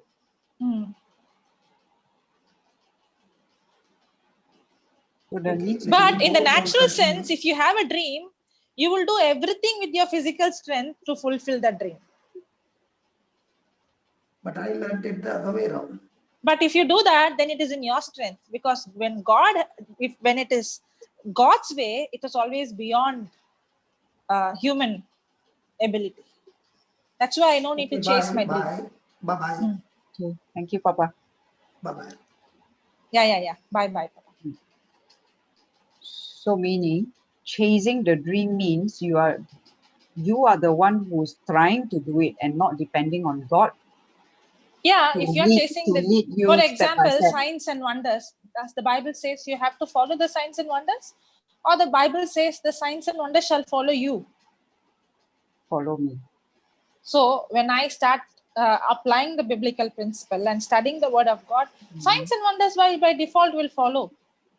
In the same way, God gave Joseph the dream. But once Joseph became the governor, did he go? That's what Papa said. Did he go in search of his brothers to fulfill the dream which God gave? No. Because according to the dream, he has to be exalted among everyone. Oh, so that's the meaning of he going in search of his brothers. Okay. He did not go in search of, he did not try to fulfill the dream by his, now when he knew that God is going to lift him high, did he go and speak to the Pharaoh one day? I want an appointment. I know what the Lord has been speaking to me. The Lord has a purpose for me. Can you introduce me to the king? I have the gift of solving problem. You see, I can solve the problem of the king.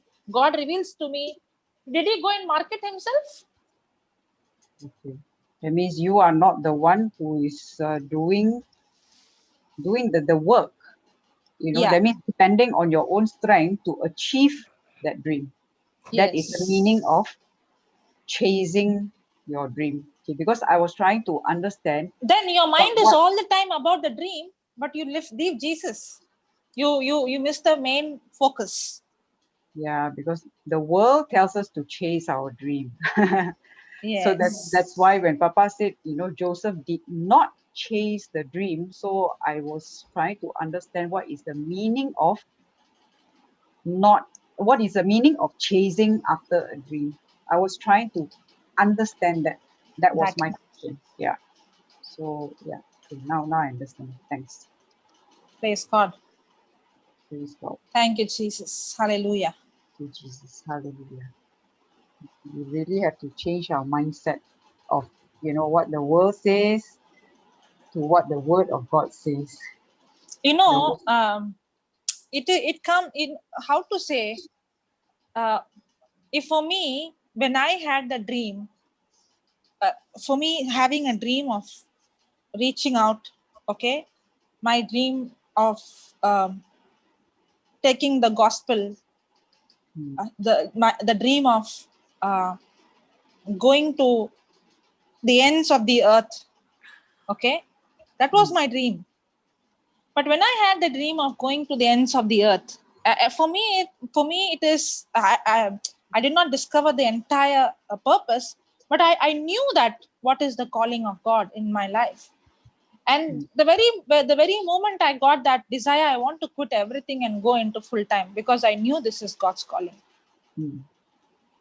But everything was a challenge. Everything, my culture, my family, my financial condition, everything. Even I still remember 2011 the center came, and I used to watch all the live retreats. Whenever I get time, I used to watch live. Because 2011 I finished my masters as well. I was searching my job at that time. So whenever I would see to that, I will watch the live, and I had the passion, I had the desire to, because I have seen how Papa used to speak about his dream and how it has come into, manifestation. It is seeing your live testimony. And how he used to say all that he had was 10,000 in his hand. And I get a chance only to attend 2 retreats in a year. Only 2 retreats in a complete year. Only that is the time I get a chance. And once I used to do translation for Papa. I said, how much, I desire to come to Goa. You know what he said at that time? The reason why he said was because that was my condition. He said, after you get married, you can come with your husband. Because he himself saw that the condition of me, there is no way that I can come to that place. There is no way. So marriage is one way. That is what even I was thinking in the beginning. But then the Lord showed me that it is He has it. I don't need to limit my dream based on my situation, but I don't need to chase my dream. If I would have tried to chase my dream, I would have gone frustrated because nothing is happening. Yeah. Then I am trying to fulfill the dream with my resource, with my money, with my energy, with my knowledge, with my understanding. No, I don't need to go and do anything to try to happen what God has put as a desire in me. And that's the time I understood God has given me people in my college, in my house, in my family, where I have to practice and I have to pass the test. So my work is to empty the seed God has given me. But do not abort the dream. But don't chase the dream. The dream which God gave, it is God who is going to fulfill the dream. So if God has given me the dream, it is He who is going to fulfill the dream. But I have conceived that dream in me, but I am not going to abort the dream. At the same time, I am not going to chase the dream. My job is to only empty the seed that God has given me. My work is only to go and solve other people's problem. Exactly, that's what Joseph was doing. Joseph did not go behind anybody to recommend me. Even when he told the prisoner, he forgot. But that did not bring any sorrow or any fear or any worry. Because Joseph was not chasing behind the dream. Praise God. Praise God. So, that was a challenge for me. But what happened is, when I started to plant the seed, I said, Lord, if it is you who has given this dream, it is you who is going to fulfill it.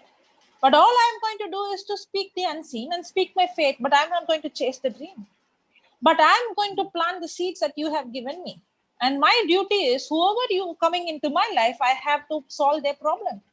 And that's how I got a job. Now, when I got a job, I never knew the same company where I'm working are going to help me in my full-time ministry. I never knew that. They take me to so many places to preach the gospel today. They support me in so many ways. As Papa was saying, they support me in so many ways. They are blessing in so many ways. Not only blessing me, they themselves are. If I'm not there in my hometown, sometimes I don't even want to preach nowadays in my mother tongue, because they are doing the job even much better than what I was doing. But I never knew that when I got an opportunity to work in a company, and then I started to solve problem in the company by planting the seeds which God gave me. Within 1 year, the promotion came. The director gave me an opportunity to preach the gospel in the company.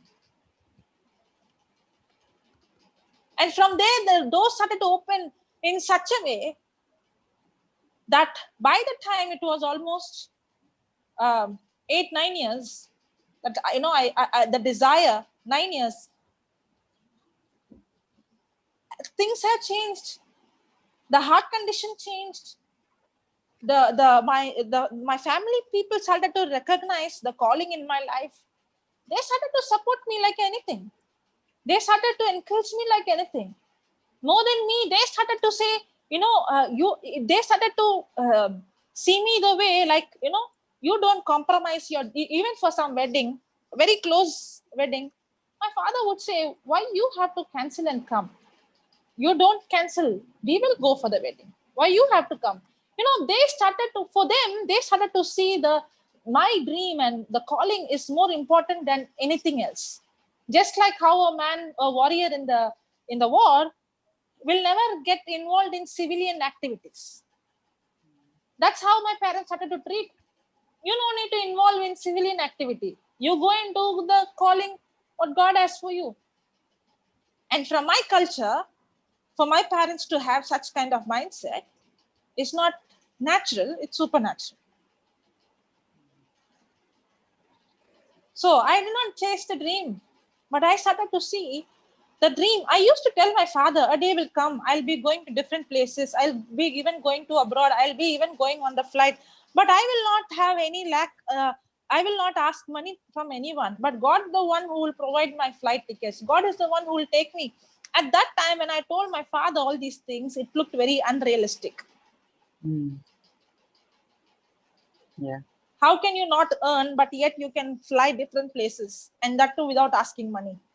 And that too means I was indirectly telling him that I'm not going to ask you as well. Because my provider is the one who is going to provide, because it is he who gave me the dream. And at that time, when I was speaking my dream, what is going to happen in the future, it looked like I'm in some fantasy world. But today they could see the dream has become fulfilled. Amen. Amen. Yes, Jocelyn, yes, he used to tell that you are not practical. Yeah. She also used to say, who? Now, Jocelyn told you. Yeah. Many times. What? Not me. My dad. My dad used to say, okay. "What do you think? It is not practical. It is not practical in this life." He used to say, but now what all she said, he's seeing with his own eye. This is changing him internally. He is what to do. All his logical thinking, all his those thoughts are being changed. And nowadays, I see my dad. He's very quiet, very calm. I'm thinking something is running in him. A transformation is taking place in him. Or because sister, when she said that when she went to Goa, my parents will not allow us to a relative's house. They won't allow us to stay even in Marita's house one night. Okay, for 1 week and all, they won't allow. For more than 2 days, my mother won't allow anyone because she thinks that. In our house only we have freedom, we can provide everything. So they were very my mother was very possessive, and what she said is true. Everything, because she depend on God, and God had fulfilled her dream. The dream is in process. And one more thing, this lockdown period, listening to the teaching from March, before I used to think, I came into word, I studied the word, there were battles, we faced everything. But for me, to be a martyr's death, that thing I will do everything. Will I give my life for you, Jesus? That I used to think it is very hard for me to give my life.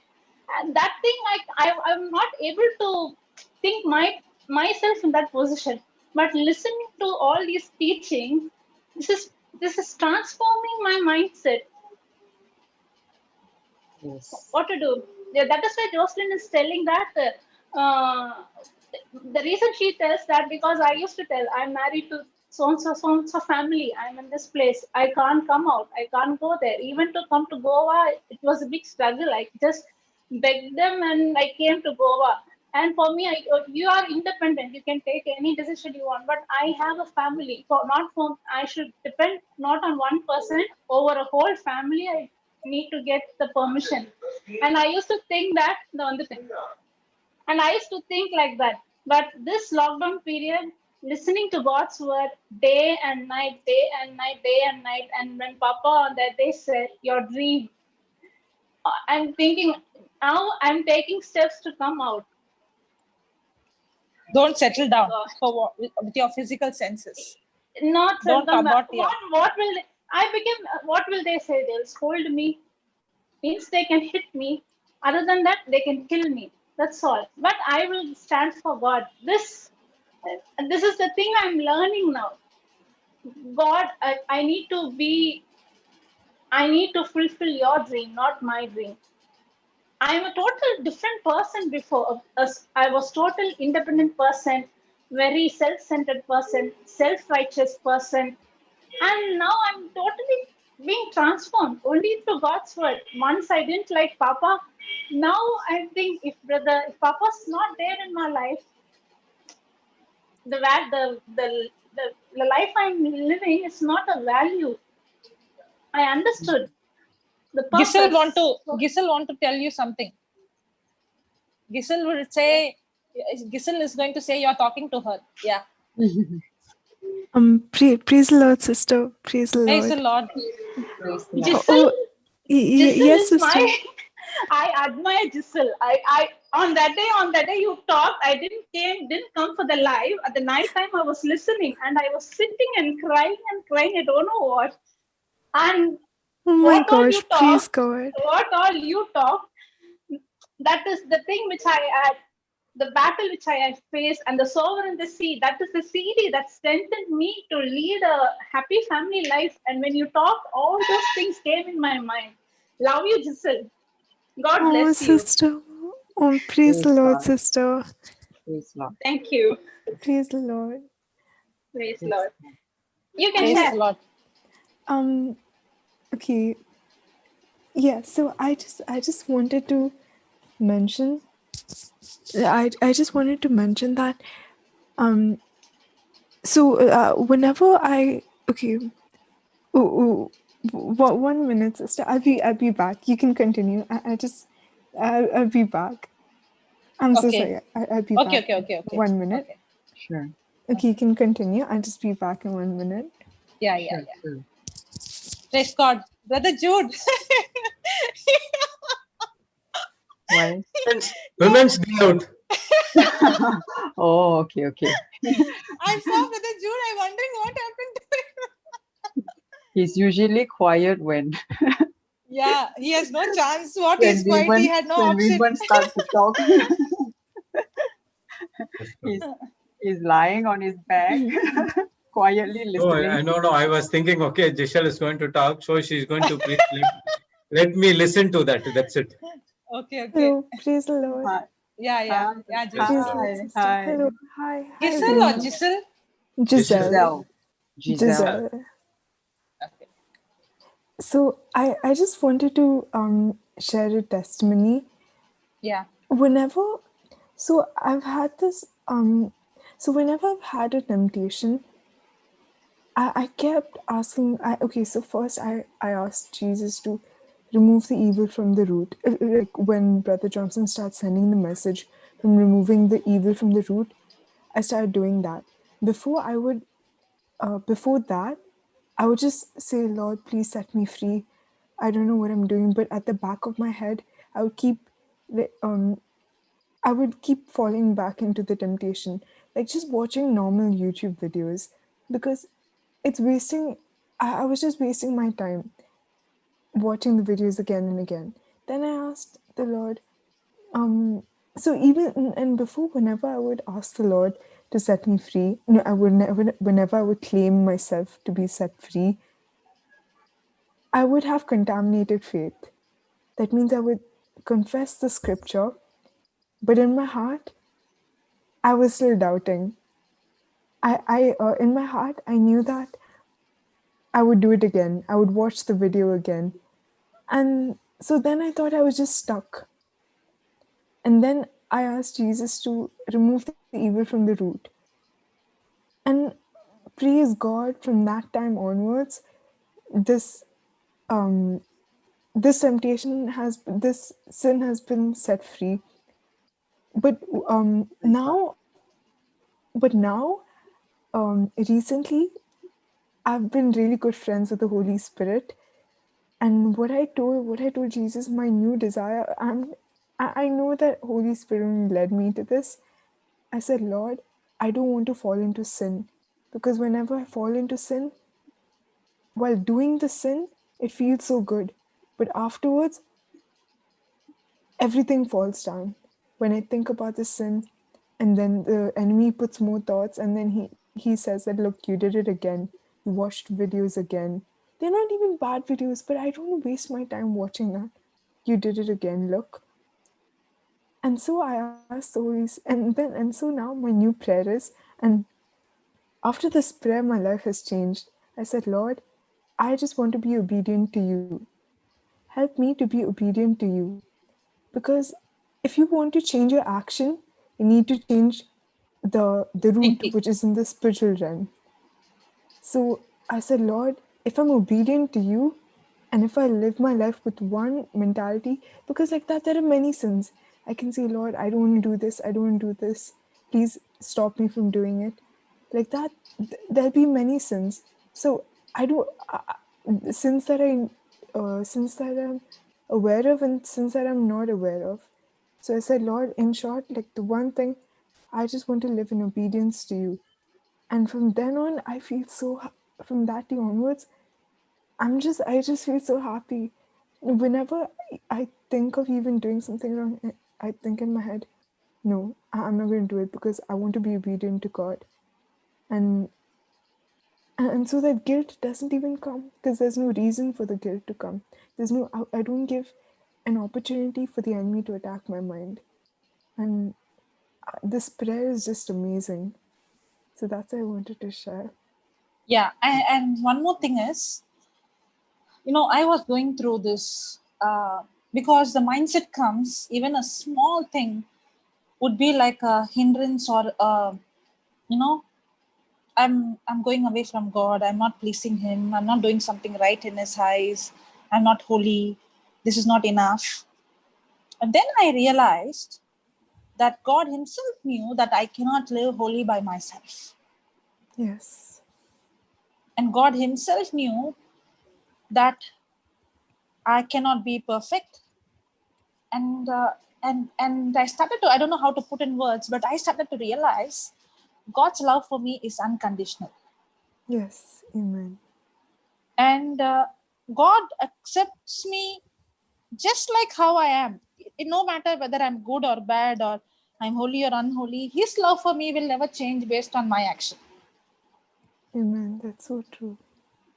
But, now many people would say this. I have heard, you should be holy, only then you can receive the Holy Spirit. You have to be perfect, only then God will accept you.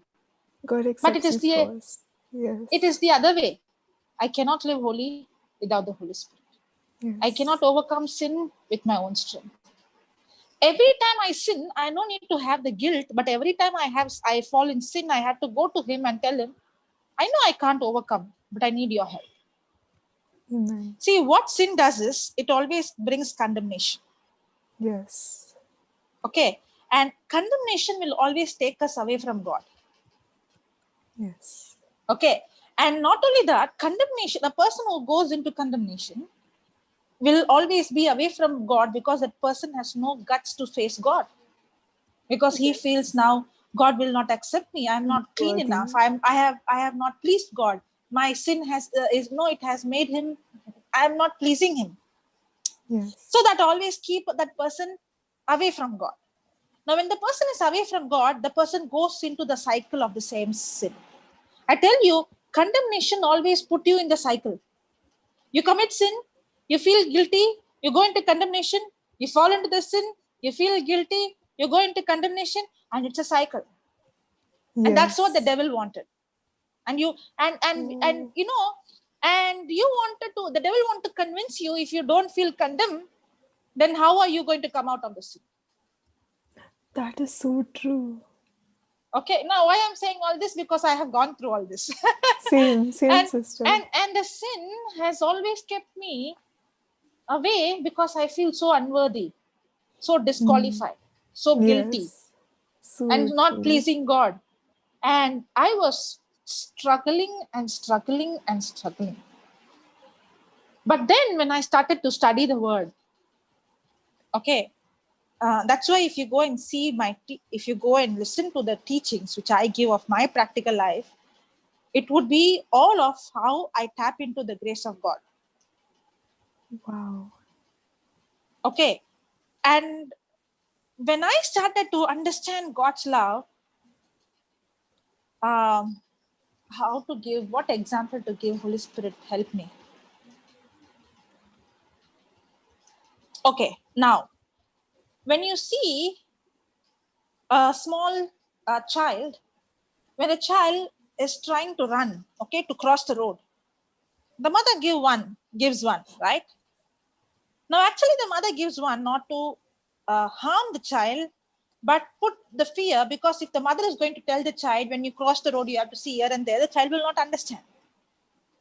Because the child doesn't have the ability to understand. Yes. Correct?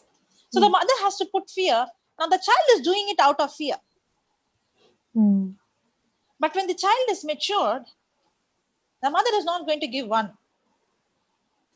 Correct? Yeah. In the same way, it is not God's intention for us to, punish us or to get angry on us. It is actually God's love that if I'm going to continue in sin, that sin is going to actually destroy me. Exactly. That is so true. It's the sin that destroys. Yes. It is not that God is angry with me. Yes. No. But now, because I have the Holy Spirit, I'm no longer a child. Because I have the Holy Spirit, I have the ability to overcome sin. Amen. Now remember, grace, if you know the definition of the grace, do you know the definition of grace? No. Okay. The definition of grace is God's willingness to use His power, His ability on my behalf, even though I don't deserve. Oh, wow. Wow. Okay. Now, when I say, how am I saved? The Bible says we are saved through grace, by His grace, through faith. Okay. Now, grace means, now the Bible also says, the law came through Moses, but grace and truth came through Jesus Christ. Okay. I'm only giving you a gist, okay? You have to go study that in depth, okay? Yes. Now, grace is God's willingness to use His power, His ability on my behalf, even though I don't deserve. I like that word, even though I don't deserve. I don't deserve, yes. Okay, now, have you heard grace mark? Yes. Yeah, I don't know about your country, but in India, you have... Yeah, I studied in Indian school. Yeah, okay, then you will know.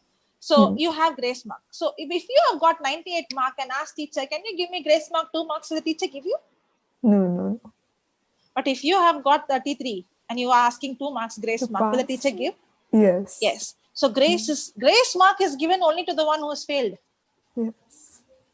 Correct? In the same way, God's grace is not given for the qualified. God's grace is given to the one who doesn't deserve, the one who's disqualified. Amen. So God has given His grace.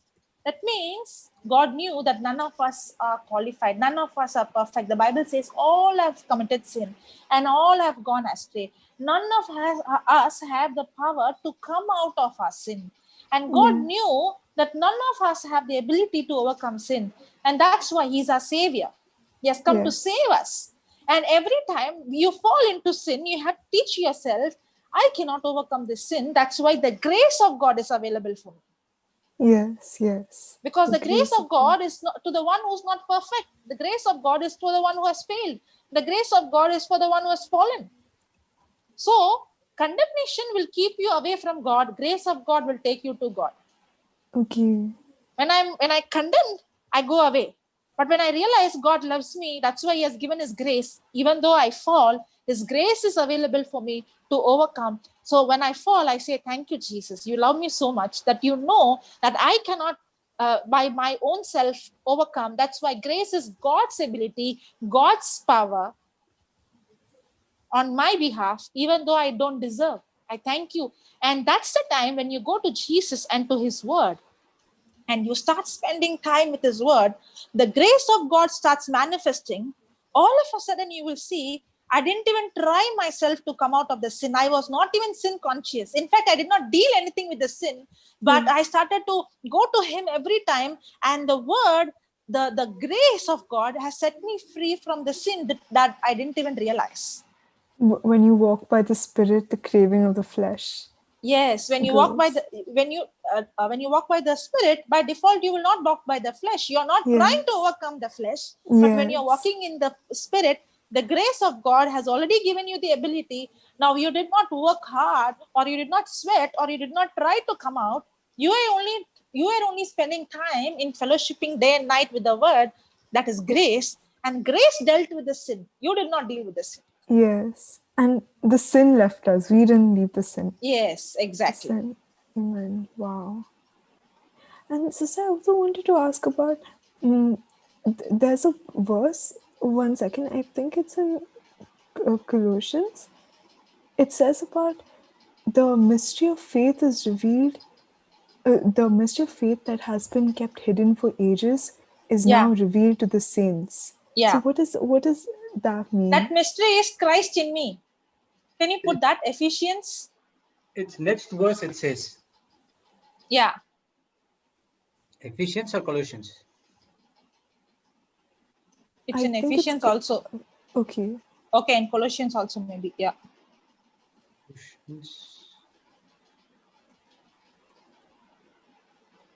What is that verse, sister? Colossians? 1:26. I need to check it. Yes.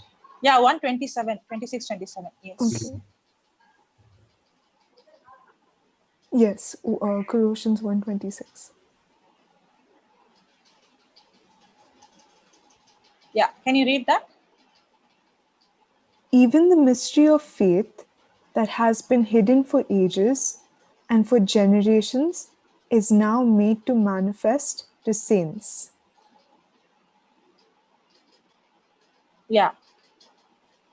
See, even the mystery which has been hidden from ages and from generations, but now is made manifest to his saints, to whom God would make known what is the riches of the glory of this mystery among the Gentiles, which is Christ in you, the hope of glory. So what is the mystery? You know, who are Gentiles? We are the Gentiles. Yes. To whom God would make known what is the riches of the glory of this mystery among the Gentiles. We are not Jews, right? We are Gentiles. Yes. The physical seed of Abraham is the Jews, but we are Gentiles. This mystery is among us. What is that? Which is Christ in you. What is the mystery? Yes. Because all these years, like before Brother Johnson's teaching, I would just go to church as I was a very lukewarm Christian for the tradition. I would just go to Sunday Mass, catechism. I wouldn't understand what was going on. I thought that only certain people had access to God. Like we all thought like that only. Only that. I didn't know that, but after listening to Brother Johnson's teaching itself, I understood that same power is within me. Yes. That is the mystery.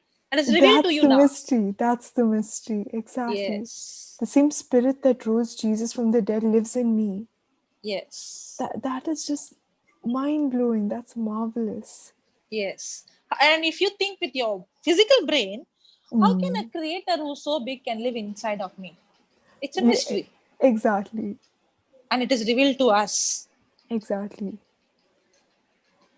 The Bible is the most... Okay, so before I thought that, Bible, it's a religious book. It's full of like some historical evidences, some teachings, that's it.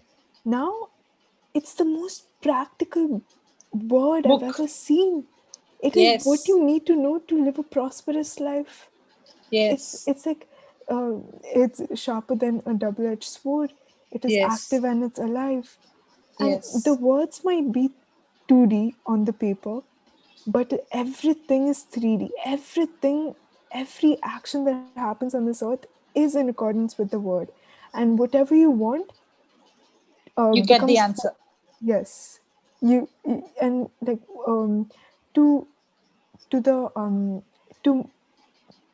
people of the world, whenever you read something and suppose it comes into action, it's 3D. Like real life is 3D, but God makes everything work through 4D. Now they don't understand the 4D bit. This is the mystery of faith, and God is so loving that I can't believe that He's already given us all of this. We just have to use our faith and believe that we've received it, and it's ours. Now don't say I can't believe. You can believe. Yes, I cancel these words in the name of Jesus. So God is so loving. Jesus gave all of this to us. Yes. In spite of us being like this. Yes. That's why it's grace. In spite of being like this. That's why his love is one-sided. So beautiful. Yeah. And even in the prodigal son now story, when you understand this, can you keep your mouth shut? No. That's exactly what his preaching is all about. Preaching is nothing but when I understood this mystery, I can't keep my mouth shut. I want to go and tell the whole world. Same, exactly. Before, so I was in one youth ministry before, when I was in high school, and one day, so everyone knew each other for a long time before, and I had joined. And I would come sometimes, and then my parents thought that we'll start going regularly, and become regular people to that ministry. And then, so I joined the youth group and everything. And one day they said, okay, you do the praise and worship. I'm like, how do I prepare? I've never spoken in front of people before. And then so I took 2 days and I was like reading and trying to by heart the scriptures. I didn't know anything. And now when I'm looking back, why should you prepare when it's your lifestyle? You're just speaking about your life. Exactly. You're just speaking about God and you can't stop. It's in your heart, and what's in your heart comes out. Yeah. You're literally just speaking what's happening to you. You know, when in the beginning, exactly the same thing I was asking, Lord, how will I go and do this? How will I teach? Then the Lord said, you don't need to worry about that. All that you have to do is to fill your heart. What is in your heart will eventually come out. Then I understood, I don't need to focus. That's what I don't need to chase the dream. Yes. All I have to do is to just fill my heart. What I'm filling my heart with is eventually going to come out. Yes. The harvest. Yes. So beautiful. And before my dad was the first one who told me, this was in May. He was the first one who told me that Sister Jocelyn and Sister Florita sits for so long with the word and reads the whole and studies the word the whole day. In my mind, I thought that, aren't they feeling suffocated sitting in one place reading the Bible the whole day? How is that possible? And then I'm like, they're doing so much hard work. That's why they know all this. But when you know, you just want to know more. You're like, Lord, what else have you in store for me? I want to know everything else. I didn't understand. I didn't understand until I experienced it myself. It's just so beautiful. And wow, faith is Praise just God. Yeah. Somebody is asking a question. Sister, I have a question. I was listening to you on YouTube. Sorry, Sister Shalini asked questions. How disciples heard the voice of God when they didn't have the word? No, they had the word. For example, she was asking the question about the widow. So what happened? Elijah spoke the word. So when the word was spoken, that's the time. Now, okay, let me tell you. The Israelites, okay, they all, Giselle, you can be there, no problem. Yeah. The Israelites, if you see, it started from King Saul was the first king. Okay. And when they started, they already had the first 5 books. They already had the first 5 books of Moses. Because when after David, when Solomon built at the temple, they already had what is the first 5 books called as, Jesse? Torah. The Torah. The Torah. Okay. Now, when they had the first 5 books, and if you see the King Josaphat, he actually appointed the Levites and the high priests to go and teach the people the word. And after Solomon and David, they had the Psalms. David wrote the books of Psalm. Solomon wrote the books of Proverbs. It's not that they did not have the scriptures. They had the scriptures. But only thing, the holy book was in the temple. But they were teachers who were teaching and educating the people. And that's why every time if you see They always had to remember themselves. They built an altar to remind themselves, this is what the Lord did. That's why they had the Passover day. Why? To remind them what God did, how He brought them from the from the slavery of Egypt. It was always past. The word was always past. They always had the testimony. That's why they always remembered what happened to their fathers and fathers, to Abraham, to Moses. It was all recorded. So it is not that they did not have the word. They had the word. Praise God. Thank you, sister. She got the answer. Praise God. Sister, so immediately he never said that come and join me. He was helping them to catch the fish and everything, right? And after that he said that come and join me. Yes. Then he said that come, we'll go, and now we're going to catch the fishes of men. And then they started to join with him. Yeah. Yes. They had, if you see, Jesus goes to the synagogue every Sabbath. That means those people were going to the synagogue. And if you see, Jesus took the scroll and he read the book of Isaiah. That means they have been listening to the word. It's not that they don't have the word. And Isaiah is full of prophecies. Yes, of the coming of Jesus, yes. Oh, yes. It's so not only the book of Isaiah, if you go and read, you see everything in the New Testament is already prophesied in the Old Testament. Yes, that's so true. That's so true. And what is going to come is also prophesied. Yes. Oh, wow. So I've been reading one chapter of Proverbs every day. For I've just taken one chapter every day, and it's been a while now. And every verse is what's happening. Every verse is such a truth. Like, it's so, Proverbs is just so beautiful. For example, like when it's said that alcohol is a sin, people might be like, why is alcohol a sin and all that. It's written in Proverbs. Don't go wine tasting, because in the end it will bite you like a viper, and the next day when they beat you, you won't even know that they're beating you. And that is so true. God wrote these things to save you from to save you itself, like, so that you don't have to live a miserable life. By committing sin, you just live a miserable life. And yeah, Proverbs is amazing. Yes, it is. Praise God. Brother Joe? Yes, sister. You want to ask some questions to her? No, I was listening.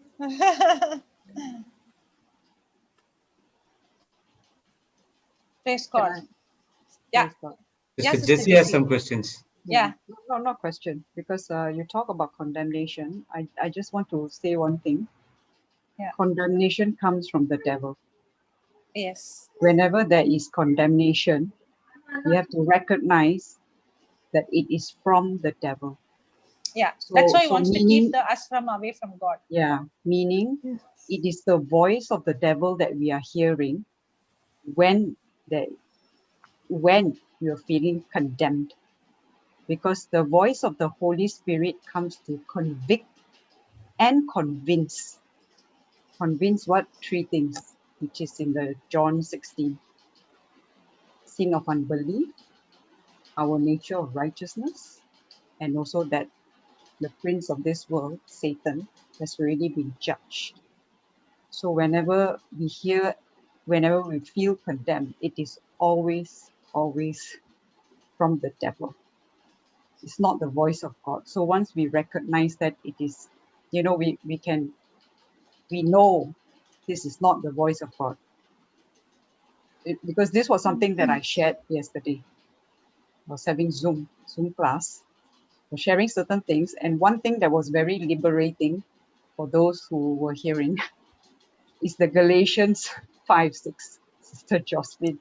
That Galatians 5:6, faith works through love. And when people realize this love is the love of God for me, I tell you, everyone is like, you see, I didn't realize that. You see, and they were having the same thinking that I was having, that, you know, I have to be the one to love. But when I realized that this is God's love for me first, you know, then I'm able to love others because God loves me first. It is His love for me. It was so liberating. It came, that was what they told me. It's so liberating because Praise God. we tend to, you know, meaning I have to walk in love. I don't walk in love, I'm not walking in faith.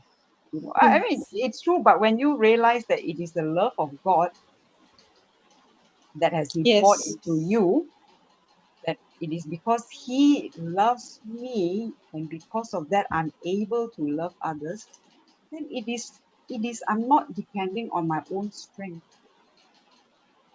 I think this truth is very, very liberating. I'm so glad you mentioned it, and you know, Holy Spirit made me somehow, you know, it just caught my attention that I've been getting the wrong, not, I would say it's a wrong understanding, but it's not the full understanding. Because my love for others is part of it. But you told me the love of God for me, that is the primary, that comes first. Because the Bible says He first loved us. So it is His love first for me that I am able to love others. Then it becomes, I'm not dependent. I'm not going on work.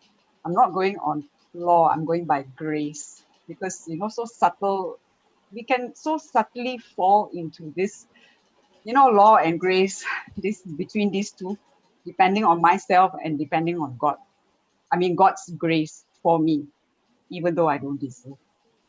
It's so liberating. I'm glad I managed to share it yesterday. You know, there were a few of us, I think about 3 or 4. So I was able to share it, and it was like, it's so liberating. You know, that was one of the comments that I got. I said, yeah, it was liberating for me too.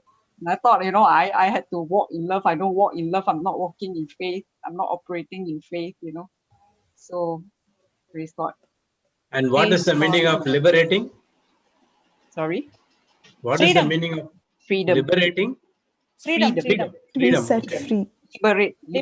Liberty, you know, remember Liberty. for 4:18? The year of Yeah, liberty is there. It's freedom. Liberty means freedom. Yeah, you have liberty statue, no? Yeah. That's why he's saying liberty is there. Close by his house only. That's why he's saying.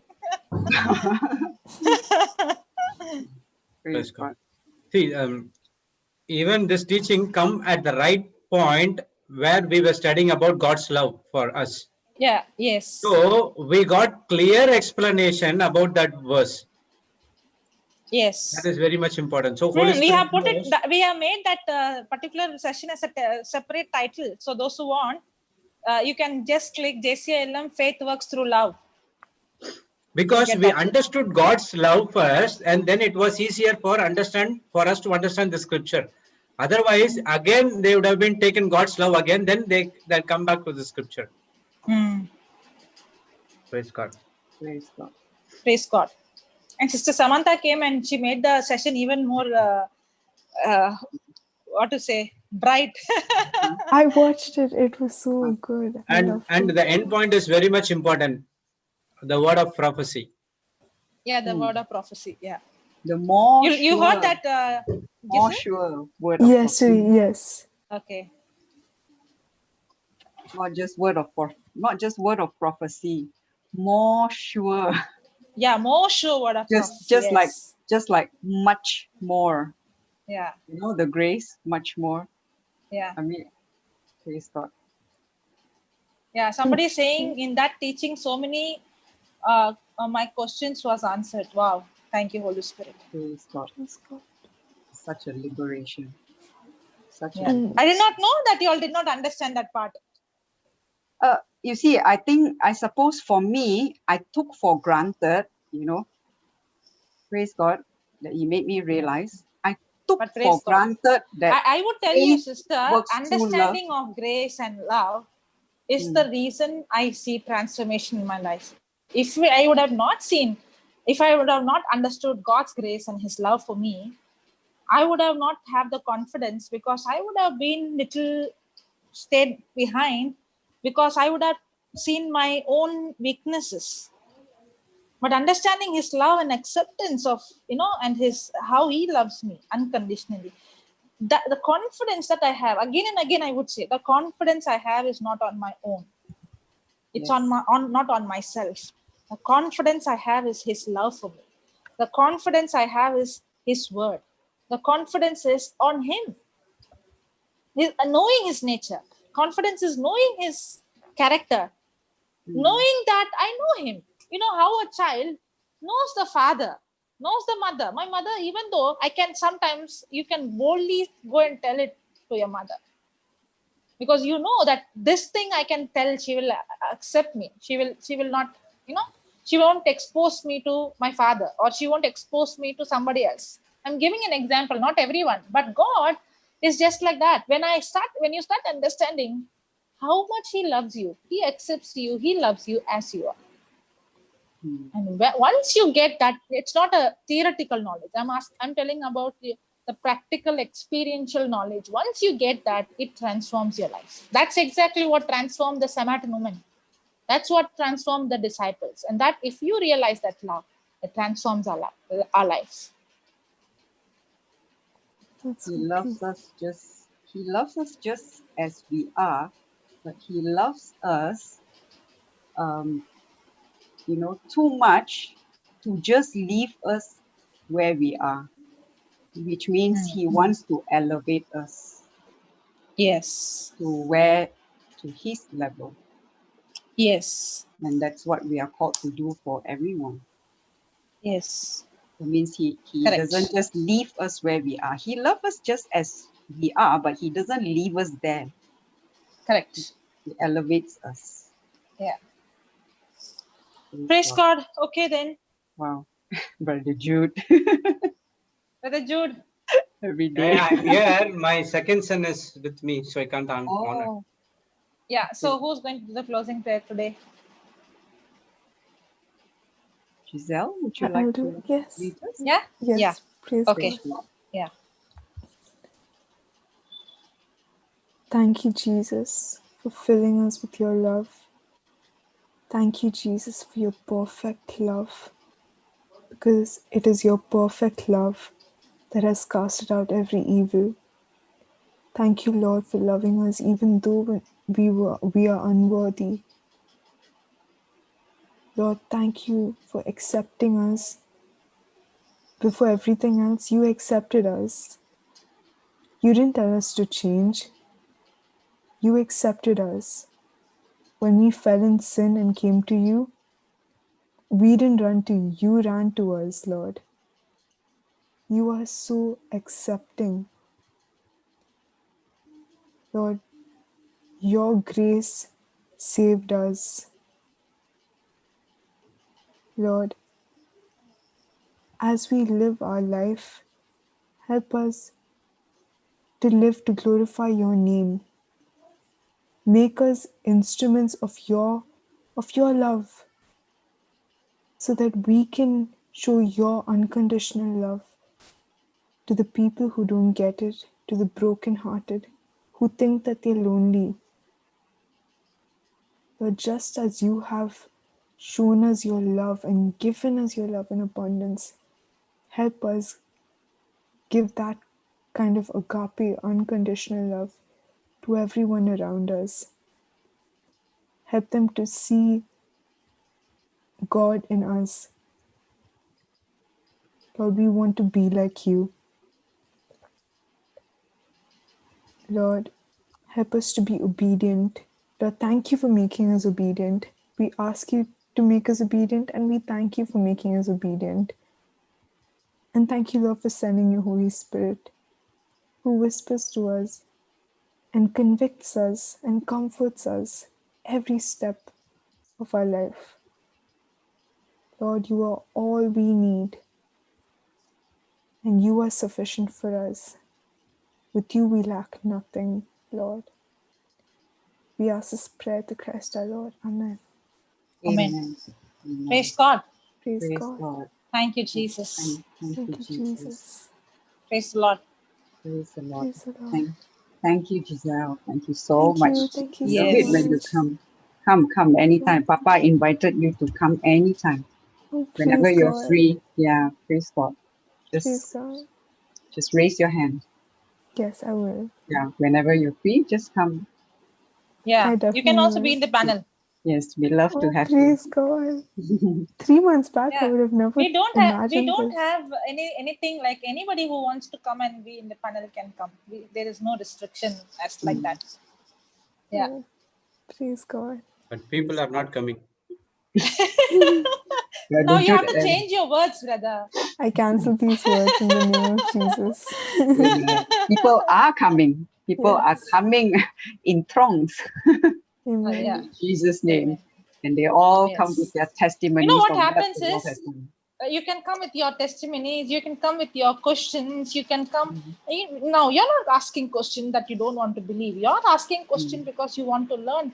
But what happens is when you come with your questions, now there are certain questions, for example, faith works through love. I won't get the question. You know why? Because long time since I have learned it very well. Means that not everything, but there are certain things, small things. So I will not even know that the other person have to understand it. Until and unless somebody comes and puts a question, I'm like, oh, Lord, I have to teach this. So it's not I who's teaching, the Holy Spirit who's teaching. But when you come with your questions, if you come with your own discussion, that's the time others would say, thank you for asking the question. I got my answer. Now, one sister replied me, I have got a lot of answers in that session. Faith works through love. Praise God. Praise God. So you did not know, Jessie, that one question what you asked had helped one person that she got the answer. Oh, it has helped more than one, I know for sure, because I spoke to them. And they were so liberated. Praise God. Oh, I have to Jesus. broadcast that video then. It will help many people. Praise God. Yeah. Praise God. Praise God. Thank you, Jesus. Thank you, Jesus. Praise God. Thank you, sisters. Yeah, thank you, brother. Thank you, all sisters. sisters who came and shared. You can invite some brothers also, no problem. Brother Abil was there and he went to Konkani nowadays. Oh, okay. I believe that somebody who is seeing now will come to for your company. It's not like that, but it doesn't each matter. and every time it's a learning. That's it. Yes, brother. Okay, thank you everyone who are on Zoom, YouTube, and Facebook. The next meeting will be at 7 Hindi, 8 o'clock we have in Marathi, 9 o'clock again in English, 12:30 a.m. Melbourne, and tomorrow 10:30 a.m. Global Retreat. Thank you all. God bless you. Have a wonderful day. Yeah. Take care. Thank you all. Thank you, Praise Brother God. Good. Thank you, Giselle. Love you all. Thank you, Bye. Sister Love you all. Jocelyn. Love you all. Bye-bye. God Bye. bless. Bye. Meeting will be on for some time. You can copy the chat. Sister, you can make me host. Okay.